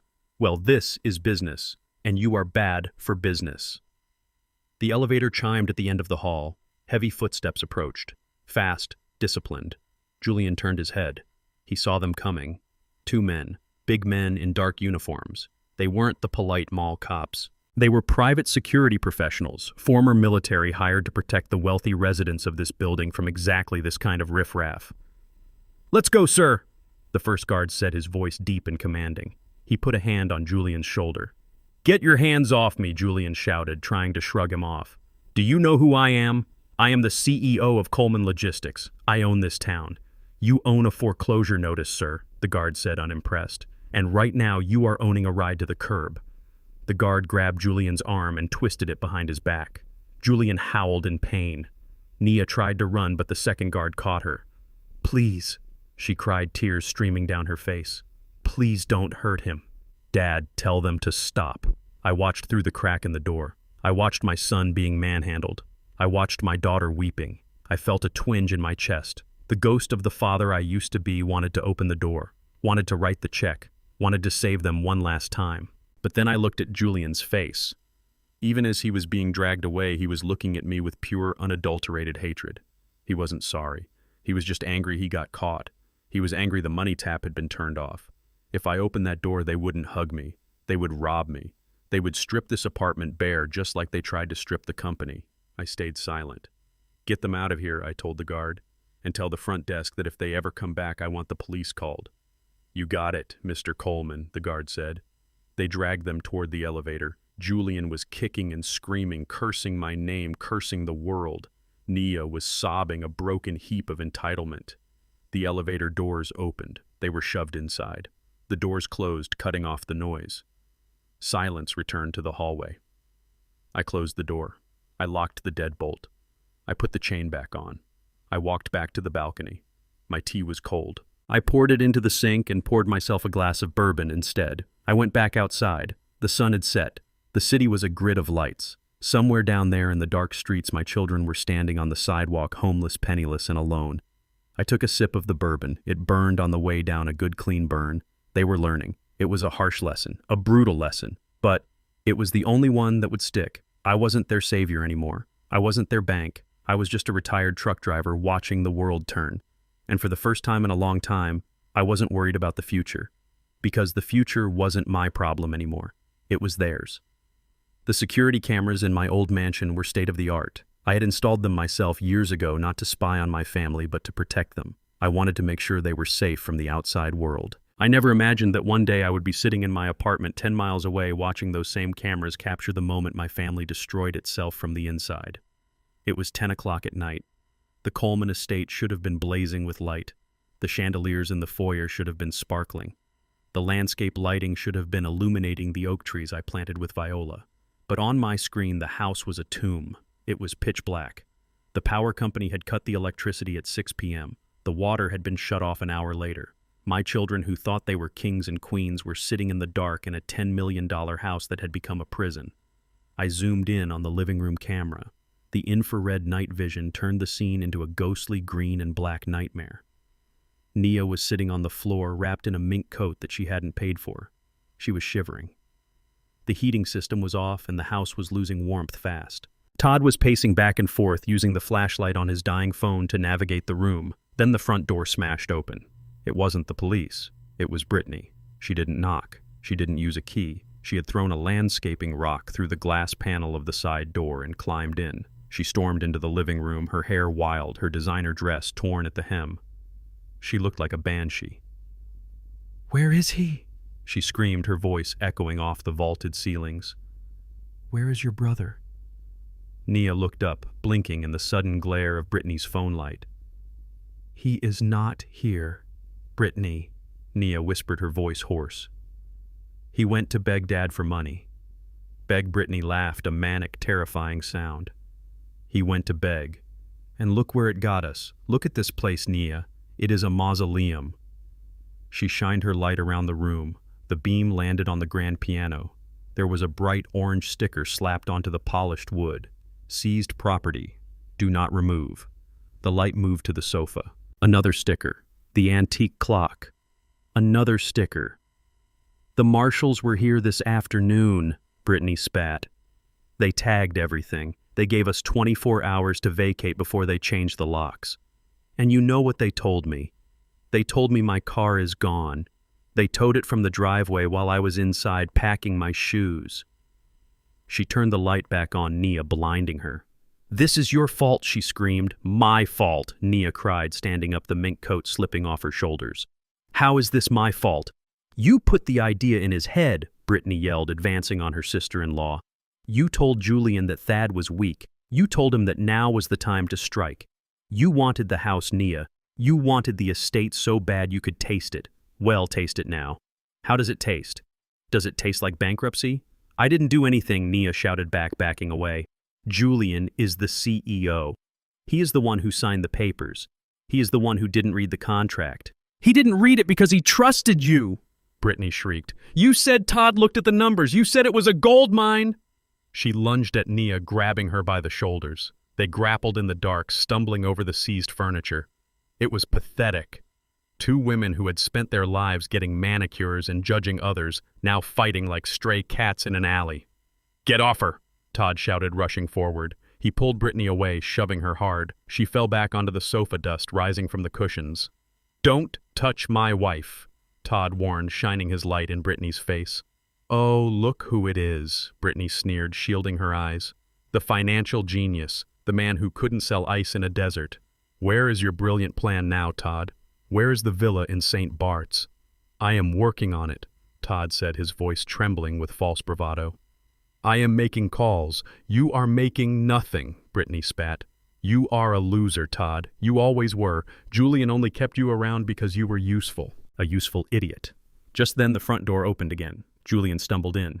He had walked 10 miles from my apartment downtown because he didn't have money for a cab and his Uber account was suspended.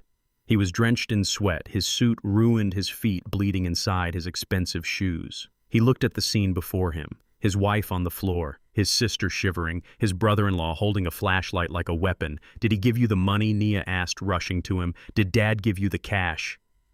Julian shook his head slowly. He collapsed onto the bottom step of the grand staircase. "No," he whispered.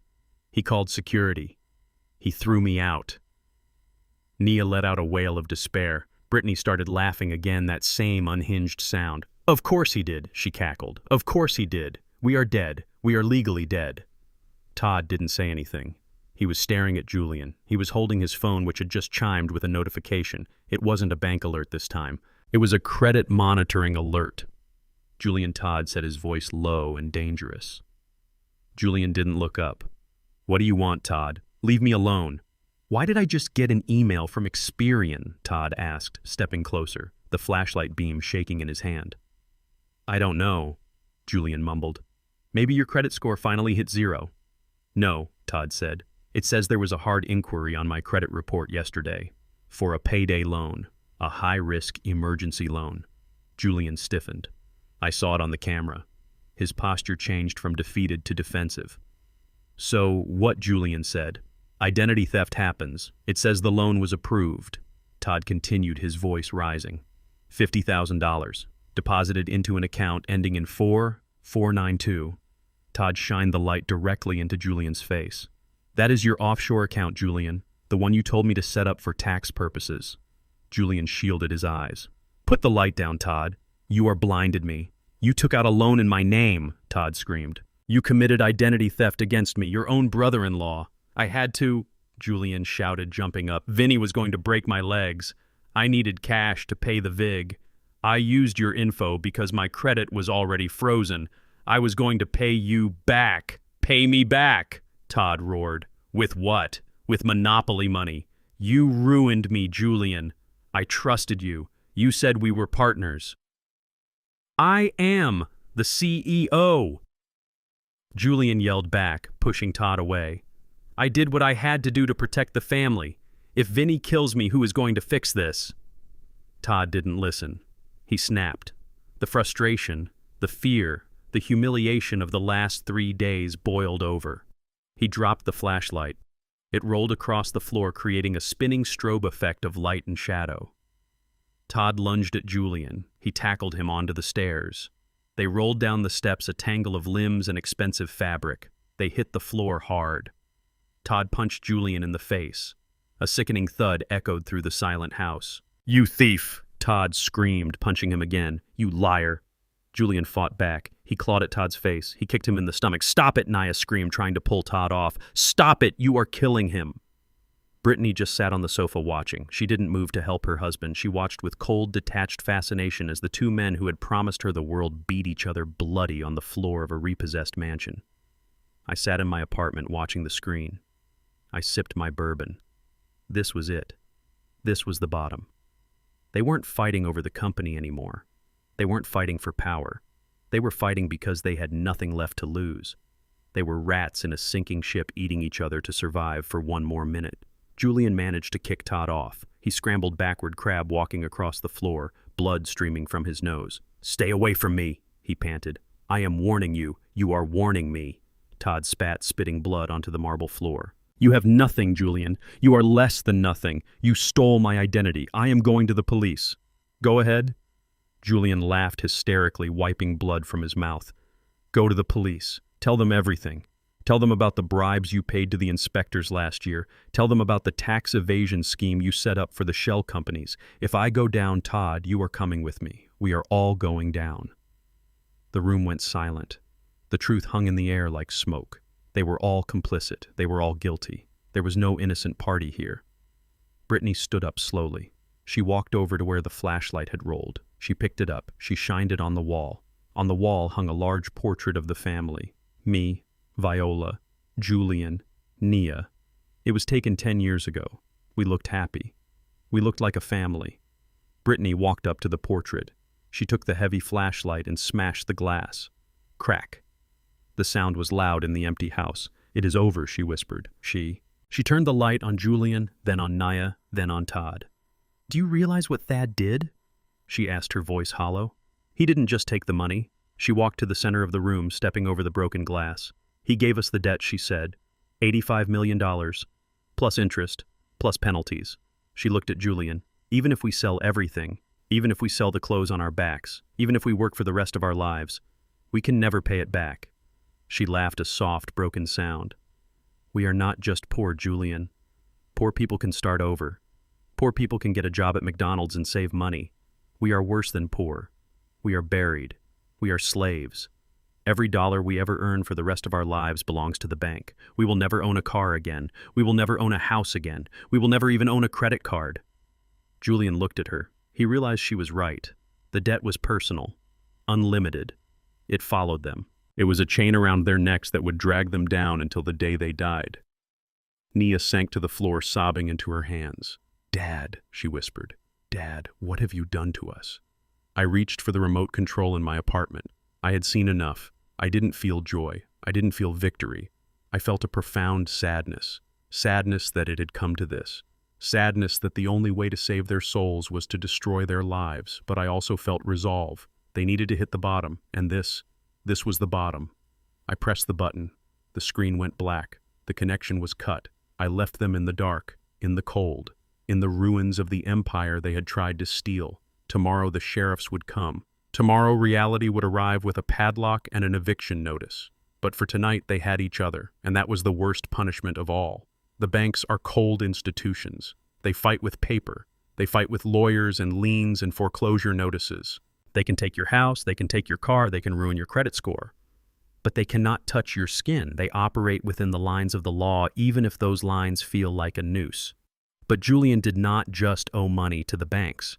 I had known for years about his gambling. It started with poker in college, then moved to sports betting, then to high-stakes underground games in the back rooms of cigar bars in Buckhead. I had bailed him out twice.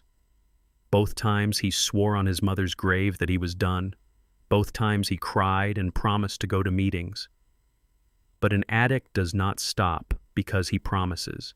He stops when he hits a wall. And the wall Julian hit was named Vinny. Vinny was not a banker. He did not care about the accelerated payment clause. He did not care about the SEC or the bankruptcy courts. Vinny ran a syndicate out of a shipping container in the darkest part of the rail yards, the part where the security cameras mysteriously malfunctioned every night. He dealt in cash and he collected in blood. It was 3 a.m. when my phone rang. I was awake. I had been awake for hours, sitting in my armchair, staring at the city lights, wondering where my children were sleeping. The apartment was quiet, the kind of silence that feels heavy like a wool blanket. When the phone buzzed on the side table, it sounded like a scream. I picked it up. The number was blocked. My heart hammered against my ribs. A father's instinct never truly dies, even when his children are dead to him. I knew something was wrong. This wasn't a drunk dial from Julian. This was something darker. I slid my thumb across the screen. "Hello? Dad?" The voice was a jagged, broken whisper. It didn't sound like Julian. It sounded like an animal caught in a trap. "Dad, help me." "Oh God, Dad, please." "Julian," I said, sitting up straighter. "Where are you?" I don't know. It is dark. They took me." I was walking down the road away from the mansion. A van pulled up. "Dad, they broke my fingers." 2 of them. I heard a sound in the background, a heavy, wet thud like meat hitting concrete. Then Julian screamed. It was a high-pitched shriek of pure agony that made the hair on my arms stand up. "Shut up, the snitch," a deep voice growled in the background. Then there was a rustling sound and the phone was taken away. A new voice came on the line, calm, professional, terrifying. "Mr. Coleman, who is this?" I asked, my hand gripping the phone so tight my knuckles turned gray. "Names don't matter," the voice said. "What matters is the $5 million your son owes my employer." I took a breath. I knew this day would come. I had nightmares about this day for 10 years. "He told us he was the CEO," the voice continued. "He told us he had the keys to the kingdom. He said he was good for it. He said he would wire the funds on Friday." I closed my eyes. Julian had borrowed against a future he didn't own. He had gambled with money he hadn't stolen yet.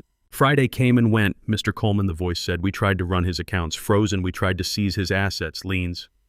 It seems like someone beat us to the punch." "That would be the bank," I said, keeping my voice steady. "We don't care about the bank," the voice said, hardening. "We want our principal, $5 million, plus interest. Since he missed the deadline, the interest is now, let's call it a finger a day." I felt a wave of nausea. I imagined Julian tied to a chair in some damp warehouse crying for his father. "I want to speak to him," I said. "Put him on the voice," commanded someone else. "Dad." Julian was sobbing now, uncontrollable ragged breaths. "Dad, you have to pay them. They are going to kill me. They have a hammer, Dad. A sledgehammer. They said if they don't get the money in an hour, they are going to start on my knees." I closed my eyes. I could hear the terror in his voice. It was real. For the first time in his life, Julian wasn't acting. "Dad, please, Julian begged. I know you have money, the pension fund, Marcus told me about it. It is protected. You have millions in there. Just wire it. I will pay you back. I swear I will work for the rest of my life to pay you back. I listened to him beg.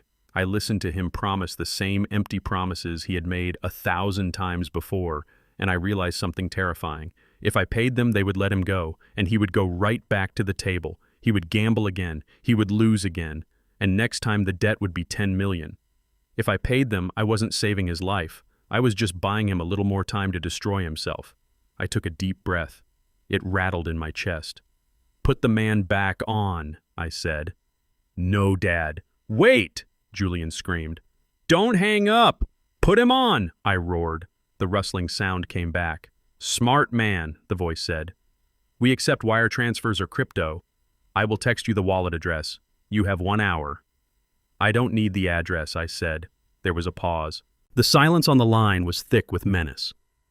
Excuse me, the voice asked. I don't need the address. I repeated, my voice cold and flat, because I am not sending you any money. Another pause. Longer this time. Mr. Coleman, perhaps you don't understand the situation. We have your son. We are not the IRS. We don't send audit letters. We send pieces. I understand perfectly, I said. You are a businessman. I am a businessman. Let's talk business. My son told you he was the CEO of Coleman Logistics. He told you he was rich. He lied. I stood up and walked to the window, looking out at the city that didn't care about one broken man. He is broke, I said. He has $85 million in debt to the bank. He has no assets. He has no home. He has nothing. And as for me, I continued, I am a retired old man living in a 2-bedroom apartment. I gave the company to him. I signed it all away. You can check the court records. It was in all the papers. I don't have $5 million lying around under my mattress. I lied. And even if I did, I wouldn't give it to a criminal enterprise to fuel a drug habit or a gambling addiction. You are bluffing, the voice said, but I heard a flicker of doubt. We know who you are. Thaddeus Coleman, you built that city. I built it. I agreed, and then I gave it away. Look at the news. I am washed up. I am yesterday's news. So here's the situation, I said, leaning into the phone, channeling every ounce of grit I had left from my days on the loading docks. You are holding a liability. Julian is worthless to you. If you kill him, you get nothing. If you hurt him, you get nothing. You are wasting your time and your resources on a man who cannot pay. So he dies, the voice snarled. Then he dies, I said. The words tasted like ash in my mouth. They were the hardest words I had ever spoken.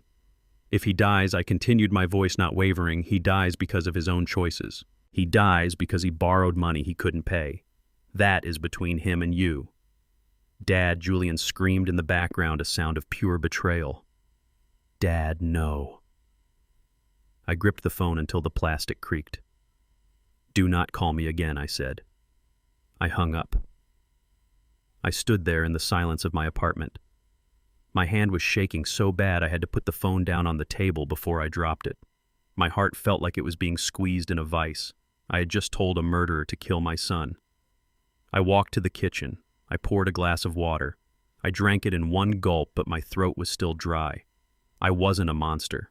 I was a father, and sometimes being a father means letting your child face the fire they started. But I wasn't going to just let him die. I picked up the phone again. I didn't dial the bank. I didn't dial Marcus. I dialed 911. Emergency, the operator answered. My name is Thaddeus Coleman. I said, my voice calm and authoritative, the voice of a CEO taking control of a disaster. I want to report a kidnapping in progress. My son Julian Coleman has been abducted. He is being held for ransom. The operator started asking questions. Description, location. I don't know the location, I said, but I know the phone number they called from. And I know who he owes money to. His name is Vinny. He operates out of the shipping yards. Sector 4, near the old crane. How do you know this, sir? The operator asked. Because I used to run those yards, I said. And I know where the rats hide. They demanded $5 million, I continued. They threatened to kill him in 1 hour. Are you going to pay the ransom, sir? The operator asked. We advise against... I cut her off. I am not paying a dime, I said. I am sending you the number. Track it. Send the SWAT team. Send the hostage negotiators. Do whatever you have to do. But understand this. I am not negotiating with them, and I am not bailing him out. I gave the operator the details. I stayed on the line until the police confirmed they had a fix on the signal. They were moving in. When I finally hung up, the sun was starting to rise. A gray light filtered through the curtains. I sat back down in my chair. I had done what the law required. I had done what a citizen should do. But I had not done what a father usually does. I sat there and I waited. I waited to hear if my son was going to come out of this in a police car or a body bag. And the terrible truth was, part of me didn't know which one would be better. If he died, he was a tragedy. If he lived, he was a ruin. I looked at the picture of Viola on the mantelpiece. "I am sorry, love," I whispered, "but I cannot save him from himself anymore. The bill is due, and he has to pay it." I closed my eyes and listened to the sirens wailing in the distance, moving toward the rail yards, moving toward the reckoning. The police raid on the shipping yard was a success in the sense that nobody died. The SWAT team kicked down the door of the rusted container just as Vinny's men were heating up a pair of pliers. They found Julian zip-tied to a chair, weeping and smelling of urine, his expensive suit ruined and 2 of his fingers broken at unnatural angles. He was alive, but he was not the same man who had walked into the courthouse. He was a shell, a broken thing that had looked into the abyss and blinked. I did not go to the hospital to see him. I sent Marcus to handle the police report and to make sure the doctors set the bones correctly.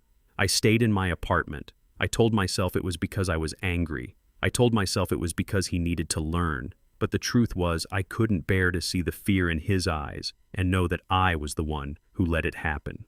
The next morning, my intercom buzzed again. I expected the press. I expected the police. But the camera showed a woman holding a child. It was Brittany, and she was holding Leo, my 3-year-old grandson. Brittany looked different. Gone were the designer dresses and the flawless makeup. She was wearing jeans and an oversized gray sweater. Her hair was pulled back in a messy bun. She looked like a tired mother. She looked sympathetic. It was a costume, of course. Brittany never wore gray unless it was cashmere. This was polyester. She was dressing the part of the destitute victim. I buzzed her up. Not for her, but for Leo. When she walked into my apartment, she didn't scream or demand. She stood in the entryway, clutching Leo to her chest like a shield. Leo was sucking his thumb, his big brown eyes looking around the strange room. He didn't know his father was in a hospital bed. He didn't know his mother was a shark in a sweater. He just knew his world had gotten cold and loud. "Hello, Thad," Brittany whispered, her voice trembling. I looked at her. I looked at the way she held the boy. It wasn't a hug. It was a grip. She was holding him the way a soldier holds a hostage. "Come in, Brittany," I said. "Put the boy down. He looks heavy." She walked into the living room, but she didn't put him down. She sat on the edge of the sofa, balancing him on her lap. She wanted me to see him. She wanted me to look at his innocent face and feel the guilt rising in my throat. "We have nowhere to go, Thad," she said, tears welling up in her eyes, perfectly timed. "The marshals locked the townhouse an hour ago. They took the keys. They took the car seats. We took an Uber here. It was the last $20 on my emergency card." She looked down at Leo, stroking his hair. "He is hungry, Thad. He hasn't eaten since yesterday. We slept in a motel last night, a dirty place by the highway. There were bugs." She looked up at me, a single tear tracking down her cheek. "You can hate me. You can hate Julian, but you cannot hate him. He is your blood. He is a Coleman. Are you really going to let your grandson sleep on the street? Are you going to let him starve because his father is an idiot?" It was a good speech, effective. It hit all the right notes. I looked at Leo. He looked back at me and smiled a shy little smile. "Pop, Pop," he said, reaching out a chubby hand. My heart cracked. Just a little. This was the collateral damage I had feared. This was the innocent victim of my war. I walked to the kitchen. I opened the fridge and took out a carton of juice and some crackers I kept for myself. I brought them over and handed them to Leo. He grabbed them greedily, tearing into the package. "Thank you," Brittany sobbed. "Thank you. I knew you had a heart. I knew you wouldn't abandon us." She reached out to touch my hand, but I pulled away. "I am not abandoning him," I said. "So you will help us?" she asked, hope flaring in her eyes. "You will give us money, just enough to get a place, a small apartment, maybe get the car back. Julian needs rehab. Thad, he needs expensive doctors for his hands. We need—" I held up a hand. I held up a— "Stop," she froze. "I am not giving you money for Julian," I said. "I am not giving you money to restart your life as a socialite." I walked to my desk. I opened the top drawer. Inside sat a thick manila envelope. I had prepared it the day I signed the transfer papers. Marcus had called me paranoid. I called it preparation. I picked up the envelope and walked back to her. I handed it to her. It was heavy. "What is this?" she asked, feeling the weight of it. "Open it," I said. She tore open the flap. Inside were two things: a stack of cash bound in rubber bands, $50,000 in hundreds, and a set of documents. She looked at the cash first. Her eyes widened. Her breathing hitched. For a second the mask slipped and I saw the greed, the pure hunger of the addict looking at the needle. Then she looked at the papers. "Flight itinerary," she read. "One way, to Seattle, departing tonight at 8 p.m. for Brittany and Leo Coleman." She frowned. "Seattle. Why Seattle?" "Because it is 3,000 miles away from Atlanta," I said.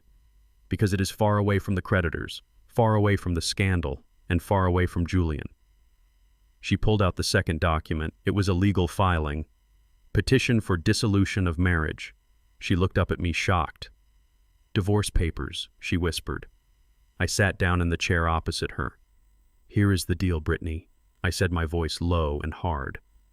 "That envelope contains $50,000. It is enough to rent a decent apartment in Seattle, enough to buy a used car, enough to buy food and clothes for Leo for 6 months while you find a job." I pointed at the cash. "But there is a condition."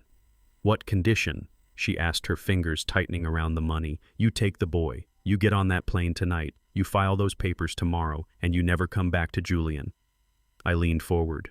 "You choose right now, Brittany. You can be a loyal wife. You can stay here in Atlanta with your husband. You can wait for him to get out of the hospital. You can share his debt. You can share his shame. You can live in that motel with the bugs and dodge the phone calls from Vinny's friends who might decide that broken fingers aren't enough payment." Or I said, pointing to the door, "You can be a mother.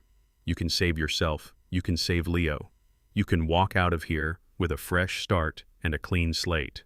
But you cannot have both. You cannot have the money and the husband."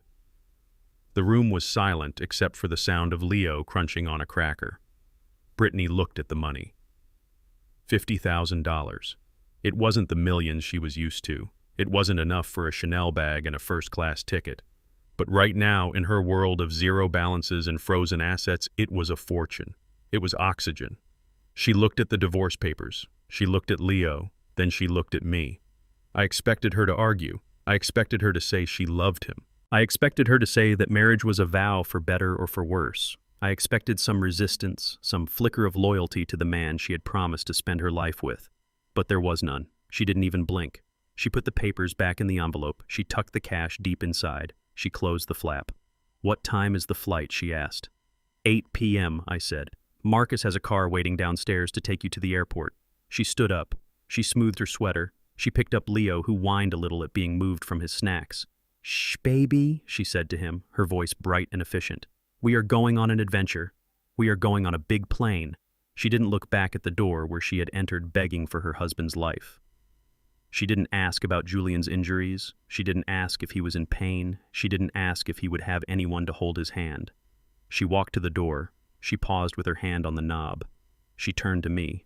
He was a loser anyway, she said. She didn't say it with anger. She said it with the cold, practical assessment of a woman discarding a broken appliance. Tell him. Actually, don't tell him anything. It is better if he figures it out. She opened the door and walked out. I watched her go. I watched my grandson disappear into the hallway, carried away by a woman who loved survival more than she loved anything else. I closed the door. I locked it. I felt sick. Sick that I was right. Sick that my son had married a woman who would sell him for 50 grand and a plane ticket. But I had saved the boy. Leo was gone. He was safe. He wouldn't grow up watching his father get beaten by loan sharks. He wouldn't grow up in the shadow of the Coleman disgrace. Now there was only one loose end left. I picked up my phone. I called the hospital. "I need to speak to the nurse on the 4th floor," I said. "The trauma unit. Room 412. Julian Coleman." A moment later, a nurse came on the line. "This is Thaddeus Coleman," I said. "Is my son awake?" "He just woke up, sir," the nurse said, her voice soft. "He is in a lot of pain. He is asking for his wife. He keeps asking where Brittany is." I took a deep breath. I need you to deliver a message, I said. There is a packet at the front desk. Marcus Sterling dropped it off an hour ago. It contains a legal summons. A summons, sir, the nurse asked, confused. Just give it to him, I said. And tell him his wife came to see me. Tell him she chose the future. I hung up. I walked to the window. The sun was high in the sky now, a bright, brutal light that exposed everything. Across town, in a sterile hospital room smelling of antiseptic and regret, Julian was about to wake up. He was going to look for the hand of the woman he loved. He was going to look for the face of his child. And he was going to find nothing but a piece of paper and the empty space where his life used to be. He had lost his company. He had lost his money. He had lost his dignity. And now he was about to find out that he had lost the only two people in the world who were supposed to stay. The house of cards had fallen, and he was buried under the wreckage alone. Desperation is a funny thing. It makes smart people do stupid things, and it makes stupid people do dangerous things. My son-in-law Todd was never smart. He was a man who thought he was playing chess when he was actually eating the checkers. And my daughter Nia, she was not stupid, but she was pliable. She was clay in the hands of a man who promised her the world while picking her pocket. With Julian in the hospital and Brittany fleeing the state, the crown of Coleman Logistics had fallen to them. But it was a heavy crown. It was made of lead, and it was crushing them. The bank accounts were frozen. The mansion was dark. The cars were gone. They were standing in the wreckage of the empire I had built, and instead of trying to fix the engine, they decided to strip the copper wiring from the walls. It started on Tuesday morning. I was sitting in my apartment with Marcus Sterling. We were drinking coffee and watching the internal server logs of the company. I still had access. They had fired the board, but they forgot to fire the IT director who had been my fishing buddy for 20 years. Look at this, Marcus said, pointing to the screen. They are in the system. They are trying to initiate a liquidation sale. I leaned forward. They were listing the Blue Fleet, 50 refrigerated trucks, the pride of the company. These were state-of-the-art vehicles worth $200,000 each, and Todd had listed them for $50,000 apiece, a fire sale. They are trying to cash out, I said. They want a quick million to run away with. They didn't understand the law. They didn't understand that when you owe the bank $85 million, you don't own the trucks anymore. You are just driving them for the bank. Let's go down there, Marcus, I said. I want to see this. We drove to the headquarters. The parking lot was empty. Most of the employees had walked out when the payroll checks bounced on Monday. The building felt like a ghost town. We walked into the executive conference room. Nia and Todd were there. They were arguing with a man in a greasy suit. A liquidator named Miller, who bought distressed assets for pennies on the dollar, signed the paper. Miller was saying, "I have the wire ready, $2.5 million for the whole fleet, cash, today." Todd was holding a pen, his hand shaking. "Do it, Nia," he urged. "Just sign it. We take the money and we go to Mexico. We can live like kings in Tulum." Nia looked terrified. "But Dad," she whispered. "Dad isn't here," Todd snapped. "We are the owners. Sign it." Nia lowered the pen to the paper. "I wouldn't do that if I were you," Marcus Sterling announced, his voice booming from the doorway. Todd jumped, dropping the pen. Nia let out a small scream. They spun around to see me and Marcus standing there like the ghosts of Christmas past. "You," Todd shouted, his face turning red. "Get out! You are trespassing. I am the CEO now." "Technically," Marcus said, walking into the room, "you are the co-owner of a company in default. And under the bylaws of Coleman Logistics, specifically Article 12, Section 4, there is a little provision your father-in-law insisted on keeping." Todd narrowed his eyes. "What provision?" "The honorary founder's veto," Marcus said calmly. He placed a document on the table. "It states that in the event of financial distress defined as a debt-to-equity ratio exceeding 80%, the honorary founder Thaddeus Coleman retains veto power over the sale of any asset exceeding $10,000. Todd stared at him. He looked at me. "You are joking," he spat. "You gave us the company. I gave you the shares," I said, stepping forward. "I gave you the debt, but I kept the brakes, because I knew you would try to drive the car off a cliff." I looked at the liquidator. "Mr. Miller," I said, "I believe you know my reputation. Those trucks are collateral for a secured loan. If you buy them, you are receiving stolen property, and I will personally see to it that you are indicted for conspiracy to commit bank fraud." Miller turned pale. He grabbed his briefcase. "I am out," he said, standing up. "I don't do federal cases. Good luck, kids." He ran out of the room faster than a rat leaving a sinking ship. Todd screamed. He swept the papers off the table. "You are ruining us," he yelled at me. "You want us to starve." "We need that money, Thad. We have nothing." "You have a job," I said. "The company is still operating. The contracts are still valid. If you work hard, if you manage the routes, you can generate revenue. You can pay the bank. You can dig your way out." "Work?" Todd scoffed. "You expect us to drive the trucks. You expect us to manage the warehouse. We are executives, Thad. We don't do manual labor." "Then you starve," I said. I turned and walked out. Marcus followed me. We blocked the legal sale. I thought that would be the end of it. I thought they would give up and file for bankruptcy, but I underestimated Todd's stupidity, and I underestimated Nia's desperation. That night my phone rang. It was my old head of security, Big Mike. He still worked the night shift at the main depot. "Mr. Coleman." Mike whispered, "You need to see this. They are at the yard." Who, I asked. Nia and Todd. And they brought some guys. Rough-looking guys. They are loading the electronics shipment onto a truck, an unmarked truck. The electronics shipment. Samsung televisions, high-end laptops. It was a contract worth $4 million. They weren't trying to sell the company assets anymore. They were stealing the client's cargo. "Call the police, Mike," I said. "I already did," Mike replied. "But Mr. Coleman, it is your daughter." I closed my eyes. I felt a tear leak out. It was hot and bitter. "She isn't my daughter tonight, Mike," I said, my voice cracking. "Tonight she is a thief. Let them do their job." I drove to the depot. I parked across the street in the shadows. I watched. I saw Todd waving his arms directing 3 men in hoodies. They were throwing boxes into the back of a rental truck. Not a Coleman truck. A rental. They were stealing the inventory to sell on the black market. Nia was standing by the car keeping watch. She was shivering. She looked sick. She knew this was wrong. She knew this was a felony, but she was too weak to stop him. Todd was manic. Faster, he hissed.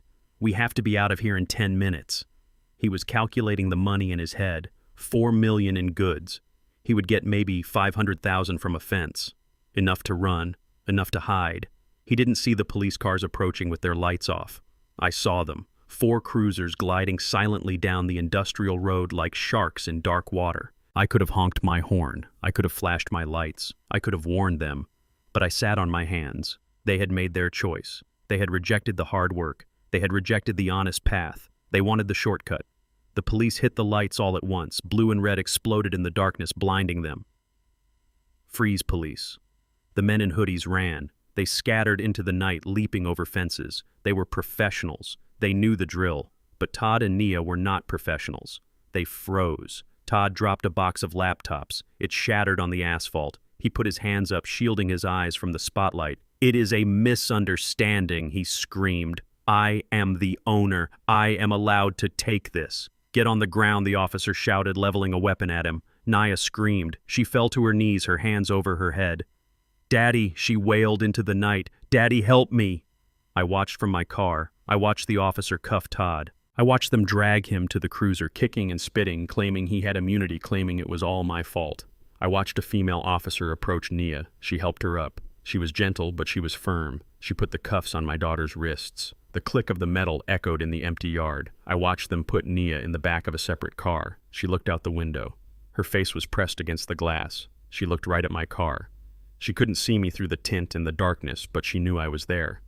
I started my engine. Marcus was on speakerphone. "They got them," Marcus said quietly. "What are the charges?" I asked, my voice hollow.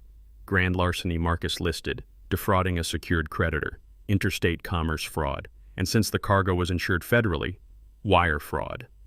"How long?" I asked. "Todd is looking at 10 years minimum," Marcus said. "Nia, maybe 5 if she cooperates, if she testifies against him." I watched the police cars drive away, their lights fading into the distance. They were gone. My family was gone. Julian was in the hospital, broken by loan sharks. Brittany was in Seattle, starting over with my money. Todd and Nia were in a holding cell facing federal time. I was the last man standing. I drove home slowly. The city was quiet. The empire I had built was safe from them now. But the cost was everything I had ever loved. I walked into my apartment. I poured a drink. I sat in the dark. I had won. But as I sat there listening to the silence, I realized that winning feels a lot like losing when you are the only one left to celebrate. My children wanted the easy way out. Well, they found it. Prison is very easy. You don't have to work. You don't have to pay bills. You don't have to make decisions. I gave them exactly what they wanted, a life without responsibility. And tomorrow I would wake up and go to work, because that is what Coleman men do, even when we are the only ones left. Federal bankruptcy court is a depressing place. It does not smell like justice. It smells of stale coffee, cheap floor wax, and broken dreams. It is where people come when they have run out of road, when the math finally defeats the hope. 3 months had passed since the raid at the shipping yard. 3 months since my family imploded. Julian had been released from the hospital, his fingers pinned and plated, his ego shattered. Nia and Todd were out on bail pending their criminal trial for the theft, but their assets remained frozen. They were living in a cheap extended stay motel on the outskirts of town, paid for by the state's emergency housing fund. I sat in the back row of courtroom 4B. I was wearing a simple navy suit. I held a fedora in my lap. I watched them walk in. They looked like ghosts of the people I once knew. Julian was thin. His suit was the same one he had worn for weeks, shining at the elbows and smelling of smoke. His cast was gone, but his hand was stiff claw-like. He held it against his chest protectively. Nia had lost her glow. Her roots were showing gray streaks in her expensive dye job. She wore no makeup.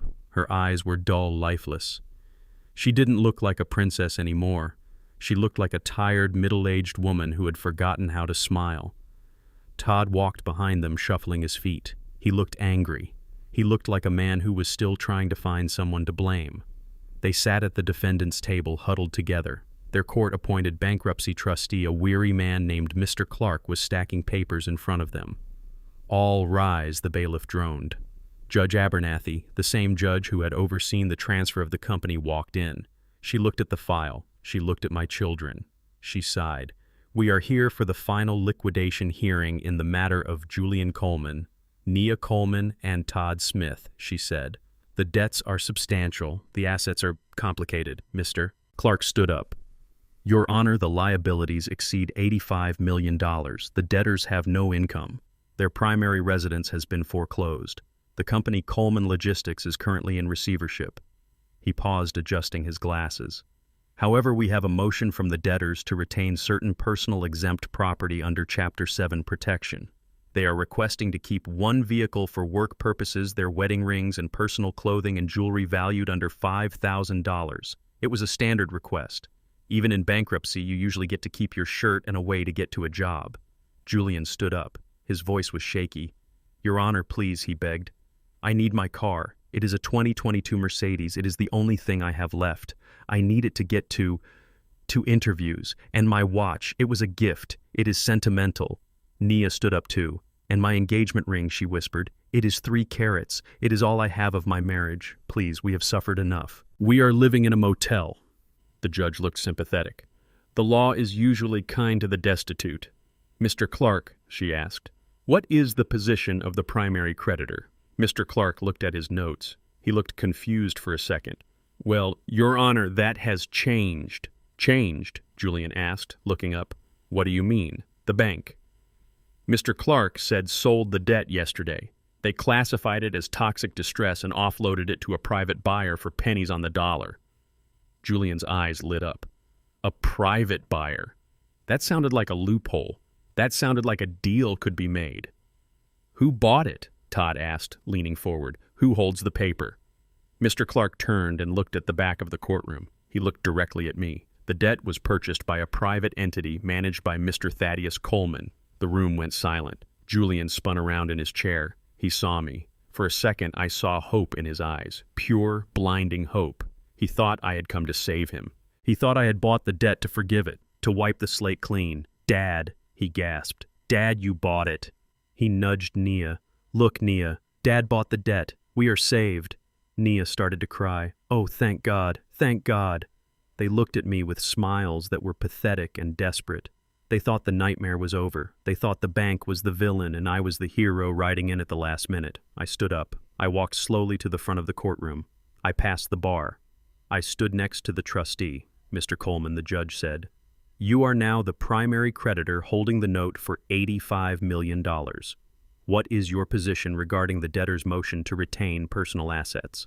I looked at Julian. I looked at the Mercedes key fob sitting on the table in front of him. I looked at the Rolex Submariner on his wrist, the one I had bought him when he graduated college, the one he wore while he gambled away my money. I looked at Nia. I looked at the diamond ring on her finger, a ring Todd had bought using a bonus check from the company that I had not authorized. I looked at Todd. He was wearing a designer belt with a gold buckle. They were destitute, but they were still decorated. They were still clinging to the costumes of wealth. "My position is simple. Your Honor," I said, my voice filling the room deep and resonant. "I object to the motion." Julian's smile froze. It didn't fade, it just shattered. What he whispered. "I object to them keeping anything I said," turning to the judge. "Not the car, not the rings, not the watches, not the designer clothes. Dad." Julian screamed, standing up. "You cannot be serious. You bought the debt. You own it. You can just cancel it." I turned to him. "I didn't buy the debt to cancel it, Julian," I said coldly. "I bought it to collect it." "But we have nothing," Todd shouted. "You know we have nothing. You have that belt," I said, pointing. "You have that watch, Julian. You have that ring, Nia." I turned back to the judge. "Your Honor, for 40 years I made a mistake, a grave mistake. I raised these children in a bubble. I shielded them from the rain. I gave them cars they didn't earn. I gave them houses they couldn't afford. I gave them jobs they didn't deserve. I gripped the railing of the witness stand. I taught them how to spend money," I said.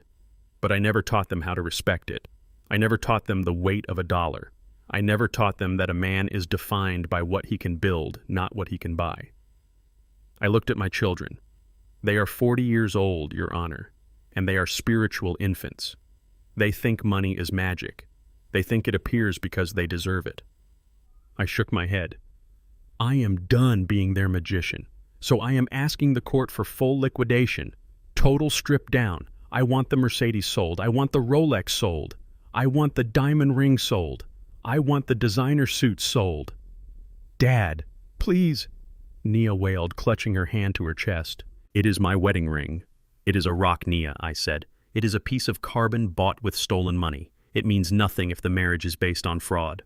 "But I need the car," Julian begged. "How will I get around?" "You have legs," I said. "I walked to school until I was 12. I walked to my first job at the docks. You can walk, Julian, or you can take the bus. It costs $2.50. Maybe you will meet some real people there." "This is cruel," Todd spat. "You are a vindictive old man. You just want to see us naked." "I want to see you real," I roared. The shout echoed in the courtroom, silencing them. "I want to strip away the costumes," I said, lowering my voice. "I want to take away every single thing that allows you to pretend you are better than anyone else. I want you to stand in this world with nothing but your character." I looked at them with a mixture of love and iron, because that is the only way you will ever learn to survive. As long as you have that Rolex, Julian, you will look at your wrist and think you are a rich man temporarily embarrassed. But if you have a bare wrist, you might finally look at your hands and realize they are made for work. I turned to the judge. "Liquidate it all, Your Honor. Every dime, every thread. If it has value, it goes to the debt." The judge looked at me. She looked at the pain in my face. She understood. This wasn't malice, this was surgery. She nodded slowly. "Motion to retain assets denied," she ruled. "The court grants the primary creditor's request for full liquidation." She banged the gavel. Bam! That sound was louder than a gunshot. She pointed at the marshals standing by the wall. "Officers, please secure the assets listed. The watches, the jewelry, the vehicle keys. Now!" "No!" Julian screamed as the marshal approached him. "No! Get away from me." "Give it to me, son," the marshal said, holding out his hand. "The watch." Julian looked at me. He looked at the watch. He looked at his life. "Take it off, Julian," I said. He trembled. Tears streamed down his face. Slowly, agonizingly, he unclasped the Rolex. He handed it to the marshal. The marshal took Naya's ring. She sobbed as if they were cutting off her finger. Todd threw his car keys on the table with a curse. It was done. They stood there stripped of their armor. They looked small. They looked ordinary. I put my hat on my head. I walked to the door. "Where are you going?" Julian cried. "Dad, what do we do now? We are homeless. We are broke." I stopped. I didn't turn around. "Now you start," I said. "Start what he asked." "Start living," I said. I walked out of the courtroom. Behind me, I heard the sound of my children weeping. But for the first time in their lives, they weren't weeping for a toy they couldn't have. They were weeping because they were finally awake, and waking up is painful. I walked out into the city streets. I took a deep breath. I hailed a cab. It was time to go back to work. I had a foundation to run, and I had a legacy to rebuild. One brick at a time. 3 months is a long time when you are hungry. In the world of the wealthy, 3 months is a financial quarter. It is a season of fashion. It is a vacation in the Alps. But in the world where my children now lived, 3 months was an eternity. It was 90 days of waking up on a thin mattress that smelled of mildew. It was 90 days of counting coins to buy instant noodles. It was 90 days of realizing that the world does not care who your father is if you cannot pay for your own bus ticket. Julian and Nia had fallen off the map. After the bankruptcy court stripped them bare, they vanished into the gray cracks of the city.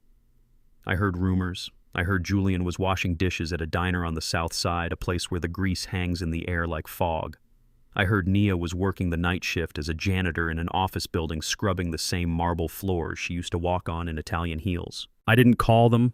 I didn't check on them. I let gravity do its work.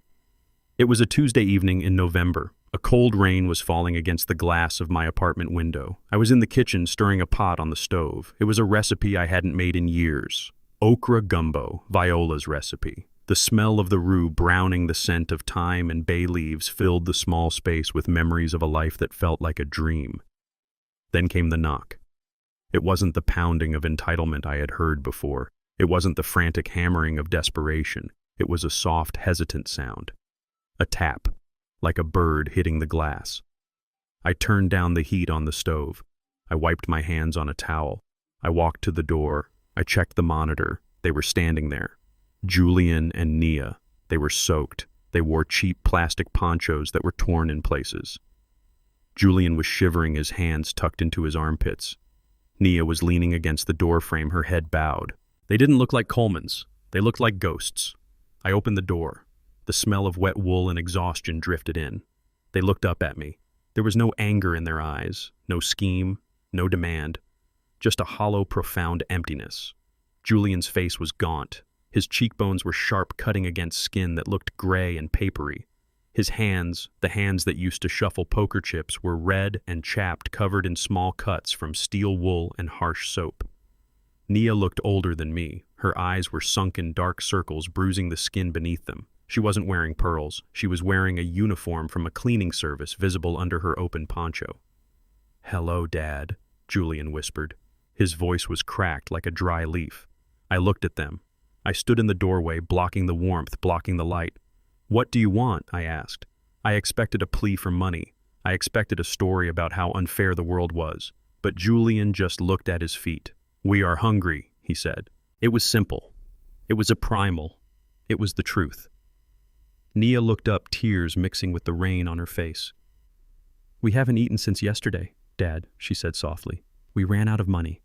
The rent at the boarding house. It took everything." I looked at them. I looked at the children I had raised to be kings and queens, now standing as beggars on my doormat. And for the first time in months, I didn't see the enemies who tried to destroy me. I saw the humans I had failed to teach. "Come in," I said. They hesitated. They looked at the clean floor, then at their muddy shoes. "Take off your shoes," I commanded. "And the ponchos. Leave them in the hall." They stripped off the wet layers with trembling hands. They stepped inside, walking softly, as if afraid the floor would break beneath them. The smell of the gumbo hit them. I saw Julian's nose twitch. I saw Nia's stomach clench. "Sit down," I said, pointing to the small dining table. They sat. They didn't slouch. They sat with their hands in their laps, waiting. I went to the kitchen. I took 3 bowls. I ladled the thick, dark stew over mounds of white rice. I cut 3 pieces of cornbread slathered in butter. I brought the bowls to the table. I set one in front of Julian, one in front of Nia. Eat, I said. They didn't wait for a toast. They didn't wait for a napkin. They picked up their spoons and they ate with a ferocity that broke my heart. They ate like wolves. They ate like they were afraid the food would vanish if they stopped. I sat down with my own bowl, but I didn't eat. I watched them. I watched Julian scrape the bottom of the bowl. I watched Nia use a piece of cornbread to wipe up the last drop of gravy. When they were done, they sat back, breathing heavily, the color slowly returning to their faces. "It is Mom's recipe," Nia whispered, her eyes closed. "I haven't tasted this in 5 years," I said. "Since the funeral. You said it was peasant food, Nia. You said you wanted sushi." Nia flinched. She opened her eyes and they were full of shame. "I was stupid," she said quietly. "I was so stupid." I looked at Julian. He was staring at his empty bowl, his hands resting on the table. "How are the hands?" I asked. He looked at his scarred knuckles. "They hurt," he said. "The dishwasher water? It is hot. And the chemicals. They burn." I nodded. "It is honest pain," I said. "It is better than the pain of handcuffs." Julian looked up at me. "You were right, Dad," he said. "About everything. The work. The value. I didn't know. I thought money was just paper. I thought it grew on trees. And now I asked." "Now I know it costs blood," Julian said. "I make $12 an hour. I stand for 10 hours. And at the end of the day, I have enough for a sandwich and a bus ride." He looked at me, his eyes clear for the first time in his life. "I am sorry, Dad, not because I lost the money, but because I wasted your life. I wasted everything you built." I looked at him. I saw the change. It wasn't complete. It wasn't perfect. But the arrogance was gone, burned away by the friction of reality. I stood up. I took their bowls to the sink. I washed them. The sound of the water running was the only noise in the apartment. I dried my hands and turned around. "So what now?" I asked. Julian looked at Nia. They exchanged a glance of shared defeat. "We go back," he said. "I have a shift tomorrow morning. If I am late, they will fire me. Nia has to clean the lobby on 5th Street. You walked here?" I asked. "Yes," Nia said. "It took 2 hours, but we had to see you. We just wanted—" She stopped. "You wanted a meal," I said. "Yes," she whispered. "And we wanted to say goodbye. We are moving to a shelter next week. The boarding house is kicking us out. We cannot afford the room." I leaned against the counter. I crossed my arms. "I am not giving you money," I said. "I know," Julian said quickly. "We didn't come for money. We know that door is closed." I looked at them. I measured them. "I am not giving you money," I repeated. "But I have something else." They looked up. "I bought the old warehouse back," I said. "The one on the west side. The one where I started." Julian nodded. He remembered it. He used to play hide and seek there when he was 5. "I need a crew," I said. "A night crew. Loading trucks, sorting packages. It is hard work. It is cold in the winter and hot in the summer. The boxes are heavy, 50 pounds minimum." I looked at Julian. "I need a loader. Someone strong. Someone who can take orders." I looked at Nia. "And I need an inventory clerk. Someone who can count. Someone who can stand on concrete floors for 8 hours without complaining. The pay is minimum wage," I said. $15 an hour. No benefits, no company car, no title.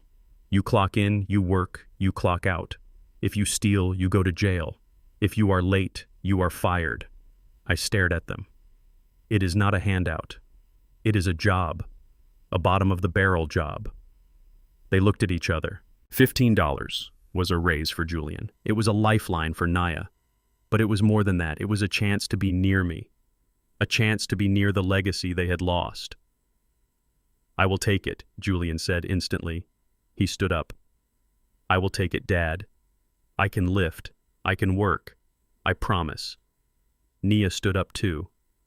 "I will take it. I am good at counting. I can organize." I walked over to them. I stood toe-to-toe with my son. "You are not the CEO," I said. "You are nobody. You are a pair of hands. The other workers, they will know who you are. They will know you are the idiot who lost the empire. They will laugh at you. They will mock you." "I can take it," Julian said, his jaw setting. "Let them laugh. I deserve it. And you..." Nia, I said, turning to her. You are not the princess. You are the help. Can you handle that? Nia nodded, wiping her tears. I am already the help, Dad. I scrub toilets for strangers. Working for you, working for the name, it would be an honor. I looked at them. I searched for a lie. I searched for the old entitlement. I didn't find it. Okay, I said. I reached into my pocket. I pulled out 2 bus passes. Not cash. Bus passes. Be at the West Gate tomorrow at 6 p.m., I said. Ask for Mike. He is the foreman. Don't tell him I sent you. Tell him you are the new hires. If he hires you, you stay. If he thinks you are soft, he kicks you out. I handed them the passes. This gets you there, I said. What happens after that is up to you. Julian took the pass. He held it like it was a winning lottery ticket. Thank you, Dad, he whispered. Thank you. Go, I said, pointing to the door. You have a long walk to the bus stop, and you need to sleep. You have work tomorrow. They walked to the door. They put on their wet ponchos. They put on their muddy shoes. Julian opened the door. He paused. He looked back at me standing in the warm kitchen. The soup was good, Dad, he said. I nodded. It tastes better when you earn it, I said. He smiled. A weak, tired smile. But it was real. Good night, Dad. Good night, Julian. Good night, Nia. They walked out into the rain. I closed the door. I locked it. I went back to the window. I watched them walk down the street, 2 small figures huddled against the storm. They had nothing. They were starting from 0. But as I watched them turn the corner, I felt a lightness in my chest. They were walking. They were moving forward under their own power. I had destroyed their lives to save their souls. And tonight, for the first time, I thought maybe, just maybe, it had worked. I turned off the kitchen light. See you at work, kids, I whispered into the dark. Don't be late. 1 year is a lifetime in the shipping business. In 12 months, seasons change, contracts are signed and broken, and boys become men if they survive the winter. It had been exactly 365 days since I watched my children walk out of my apartment into the rain with nothing but bus passes and the clothes on their backs. I parked my sedan in the shadow of the old water tower overlooking the West Side Depot. It was 6 in the morning. The sun was just starting to bleed over the horizon, turning the gray concrete of the loading dock into a stage lit by fire. I rolled my window down an inch. I could hear the beep of the forklifts reversing. I could hear the shout of the foreman. I could smell the diesel and the coffee and the sweat of honest labor. I wasn't here as the honorary founder. I wasn't here as Thaddeus Coleman, the tycoon. I was just a ghost haunting the edges of the world I used to own. I raised my binoculars. There they were. Julian was on Bay 4. He looked different. The soft, doughy look of a man who spent his life in air conditioning was gone. He was lean now, wiry. His muscles were ropey under his faded blue work shirt. His head was shaved close to hide the gray, but his face was dark from the sun and ingrained with the kind of grease that doesn't wash off with expensive soap. He wasn't shouting orders, he was taking them. Big Mike the foreman pointed at a pallet of heavy crates. Hydraulic pumps, 300 pounds each. Julian didn't complain. He didn't roll his eyes. He squatted down, keeping his back straight the way I had taught him 40 years ago, and he lifted. He moved with a rhythm. Lift, turn, stack, lift, turn, stack. He was a machine. I watched his hands. The hands that had once held a royal flush and lost $5 million were now covered in calluses. They were scarred. They were ugly. And they were the most beautiful hands I had ever seen. Nia was on the clipboard duty near the dispatch office. She looked tired. Her hair was pulled back in a tight ponytail and she wore no makeup. The lines around her eyes were deeper etched by worry and long nights. But she stood tall. She was arguing with a truck driver, a big man who was trying to cut the line. No ticket, no load, Nia said, her voice carrying over the noise of the engines. Back of the line, Miller. I don't care if you are in a rush. The rules are the rules. The driver grumbled, but he moved his truck. Nia didn't gloat. She just marked her clipboard and moved to the next driver. She commanded respect not because of her last name, but because she did her job. I watched them for an hour. I saw them sweat. I saw them struggle. Then the whistle blew for the lunch break. The crew moved to the break area, a patch of concrete with a few wooden benches under a corrugated tin roof. Julian and Nia sat together. They didn't have a fancy bento box or a catered meal. They had brown paper bags. I zoomed in with the binoculars. Julian pulled out a sandwich. It looked like bologna on white bread. Cheap. Filling. Nia had an apple and a thermos of soup. They ate in silence, shoulders touching. They were a team now. The rivalry was gone. The jealousy was gone. They were just two soldiers in the trenches sharing the same war. Then I saw something that made me lower the binoculars. A young kid, maybe 19, sat down a few feet away. He was new. I recognized the nervous look in his eyes. He didn't have a bag, he didn't have food, he just sat there staring at his boots, trying to look like he wasn't hungry. Julian stopped eating. He looked at the kid. A year ago, Julian would have laughed. A year ago, Julian would have made a joke about the kid being poor. A year ago, Julian would have eaten a steak in front of a starving man and not felt a thing. But this was not that Julian. My son tore his sandwich in half. It wasn't a big sandwich. Half meant he would be hungry later. Half meant his stomach would growl during the afternoon shift. He didn't hesitate. He leaned over and tapped the kid on the knee. He held out the half sandwich. "Here," Julian said. "Take it." The kid looked up surprised. "I cannot take your lunch, man." "Take it," Julian insisted, shoving it into the kid's hand. "You cannot lift crates on an empty tank. Eat up." The kid took it. He nodded a silent thank you. Julian smiled. It wasn't the shark smile of the boardroom. It was a small, tired, genuine smile. Nia watched him. She didn't scold him for giving away their food. She reached into her bag, took out her apple, cut it in half with a pocket knife, and gave a piece to Julian. I sat in my car, and I felt a tear roll down my cheek. It was hot and salty. I had waited 72 years to see that. I had waited a lifetime to see my son give something away without expecting a receipt. I put the binoculars down. I started the car. I didn't drive home. I drove to the office of Marcus Sterling. Marcus was waiting for me. He had the coffee ready. He saw the look on my face. "You saw them?" he asked. "I saw them," I said, sitting down in the leather chair. And Marcus asked, "And they are ready?" I said. Marcus opened his drawer. He pulled out a file. "So we reinstate the inheritance?" he asked, reaching for a pen. "We give them the money back?" "No," I said sharply. Marcus stopped. He looked confused. "But Thad, you said they are ready. You said they changed. If they changed, why not give them the reward?" "Because money is not a reward, Marcus," I said, leaning forward. "Money is a tool. And if you give a power tool to a toddler, they will cut their hand off. They are not toddlers anymore, but they are still recovering addicts. You don't give a recovering alcoholic the keys to a distillery just because he has been sober for a year."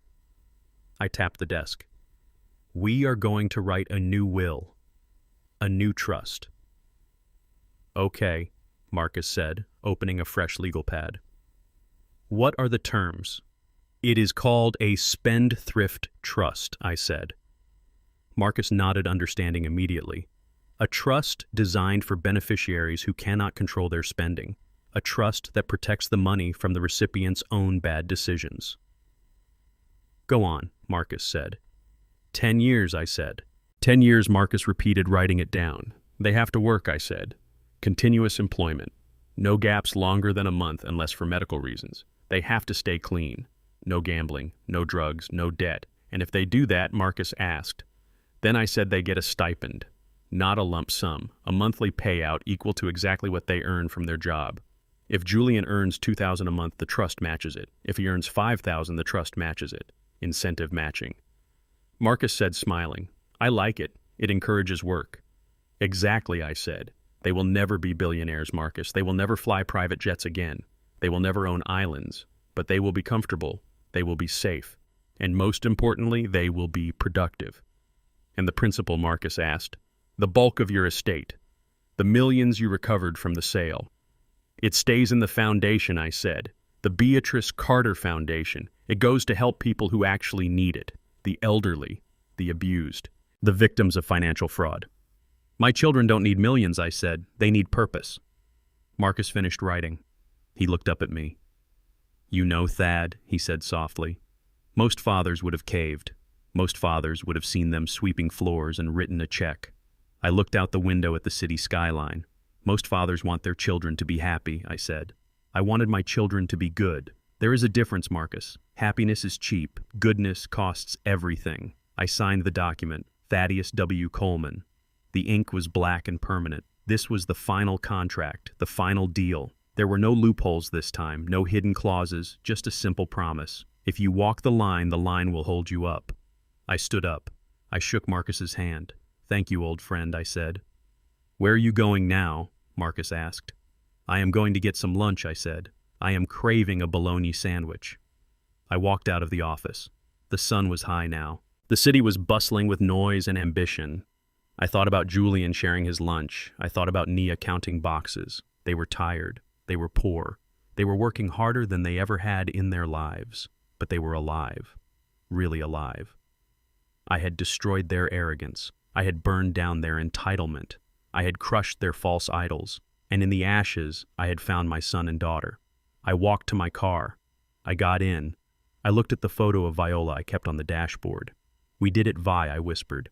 It took a sledgehammer, but we fixed them.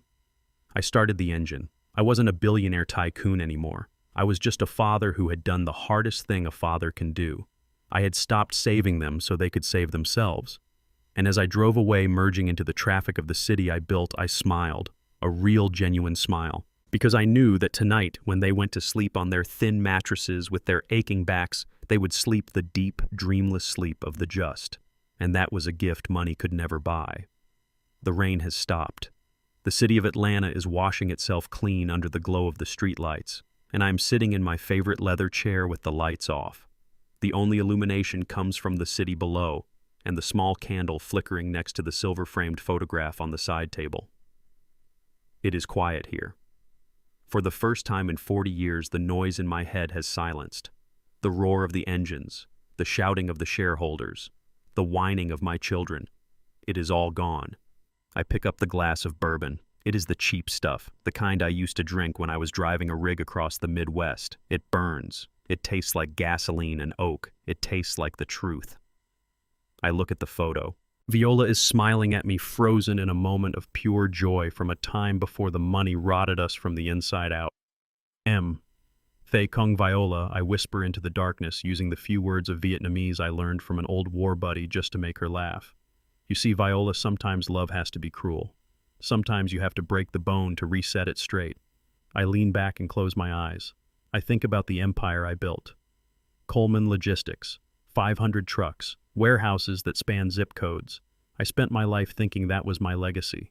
I thought the steel and the concrete and the profit margins were what I was leaving behind. I measured my success in quarterly earnings and market share. I thought that if I piled up enough gold, my children would be able to stand on top of it and touch the stars. But I was wrong. I was so tragically wrong. I didn't build a platform for them. I dug a hole. I filled it with money, and I threw them inside. I shielded them from the very struggle that made me who I am. I took away their hunger. I took away their need to strive. And in doing so, I crippled them. I turned them into invalids of the soul, unable to walk without a crutch made of cash. Julian, my firstborn. I remember holding him in the hospital the day he was born. I looked at his tiny hands and I swore he would never have to work as hard as I did. I swore he would never have blisters. I swore he would never know the panic of an empty fridge. I kept that promise. And look what it cost him. It cost him his dignity. It cost him his manhood. It turned him into a leech who thought the world owed him a living just because he carried my last name. And Nia, my princess. I bought her every doll, every dress, every dream. I taught her that her value came from what she owned, not who she was. I taught her to marry for status. I taught her to look down on the people who cleaned her floors. I created monsters, Viola. I created them with my checkbook and my guilt. But tonight I feel a strange sense of peace, because I finally stopped the assembly line. I finally recalled the defective products. I think about Julian sleeping on his mattress in that boarding house. His back probably hurts. His hands are definitely raw. He is tired in a way he has never been tired before. But he is sleeping the sleep of an honest man. He earned that sleep. He traded his sweat for it. I think about Nia counting boxes in the cold warehouse. She isn't wearing pearls. She isn't planning a gala. She is worried about inventory counts. She is worried about doing a good job. She is finding out that there is pride in accuracy. There is pride in being useful. I destroyed their lives. I know that. I blew up their marriages. I repossessed their cars. I humiliated them in front of the entire city. I became the villain in their story, and I would do it again, 1,000 times over. Because the $85 million debt wasn't a punishment, it was a mirror. When I signed that paper in the courtroom, when I activated the Scorpion Plan, I wasn't taking something away from them. I was giving them the only thing I had left to give. I gave them reality. I gave them the weight of the world, and I said, carry it. Most parents cannot do it. We are wired to protect. We are wired to save. When we see our children falling, our instinct is to catch them, to cushion the blow, to write the check, to make the call. But sometimes catching them is the worst thing you can do. If you catch them every time, they never learn that the ground is hard. They never learn to look where they are walking. They never learn to balance. I had to let them hit the concrete. I had to let them shatter. Because only when you are broken into pieces can you put yourself back together in a different shape. A stronger shape. I look at the city lights again. Somewhere out there, my children are waking up for the night shift. They are putting on their boots. They are drinking cheap coffee. They are dreading the cold, but they are doing it. They are not calling me. They are not calling a lawyer. They are not calling a loan shark. They are going to work, and that viola is the greatest return on investment I have ever seen. I sip my bourbon. The liquid is warm in my chest. I have a secret even Marcus doesn't know fully. The spendthrift trust. The safety net I built for 10 years from now. It is sitting there waiting. If they make it, if they survive the decade, if they prove that they have become the people I know they can be, then they will have comfort.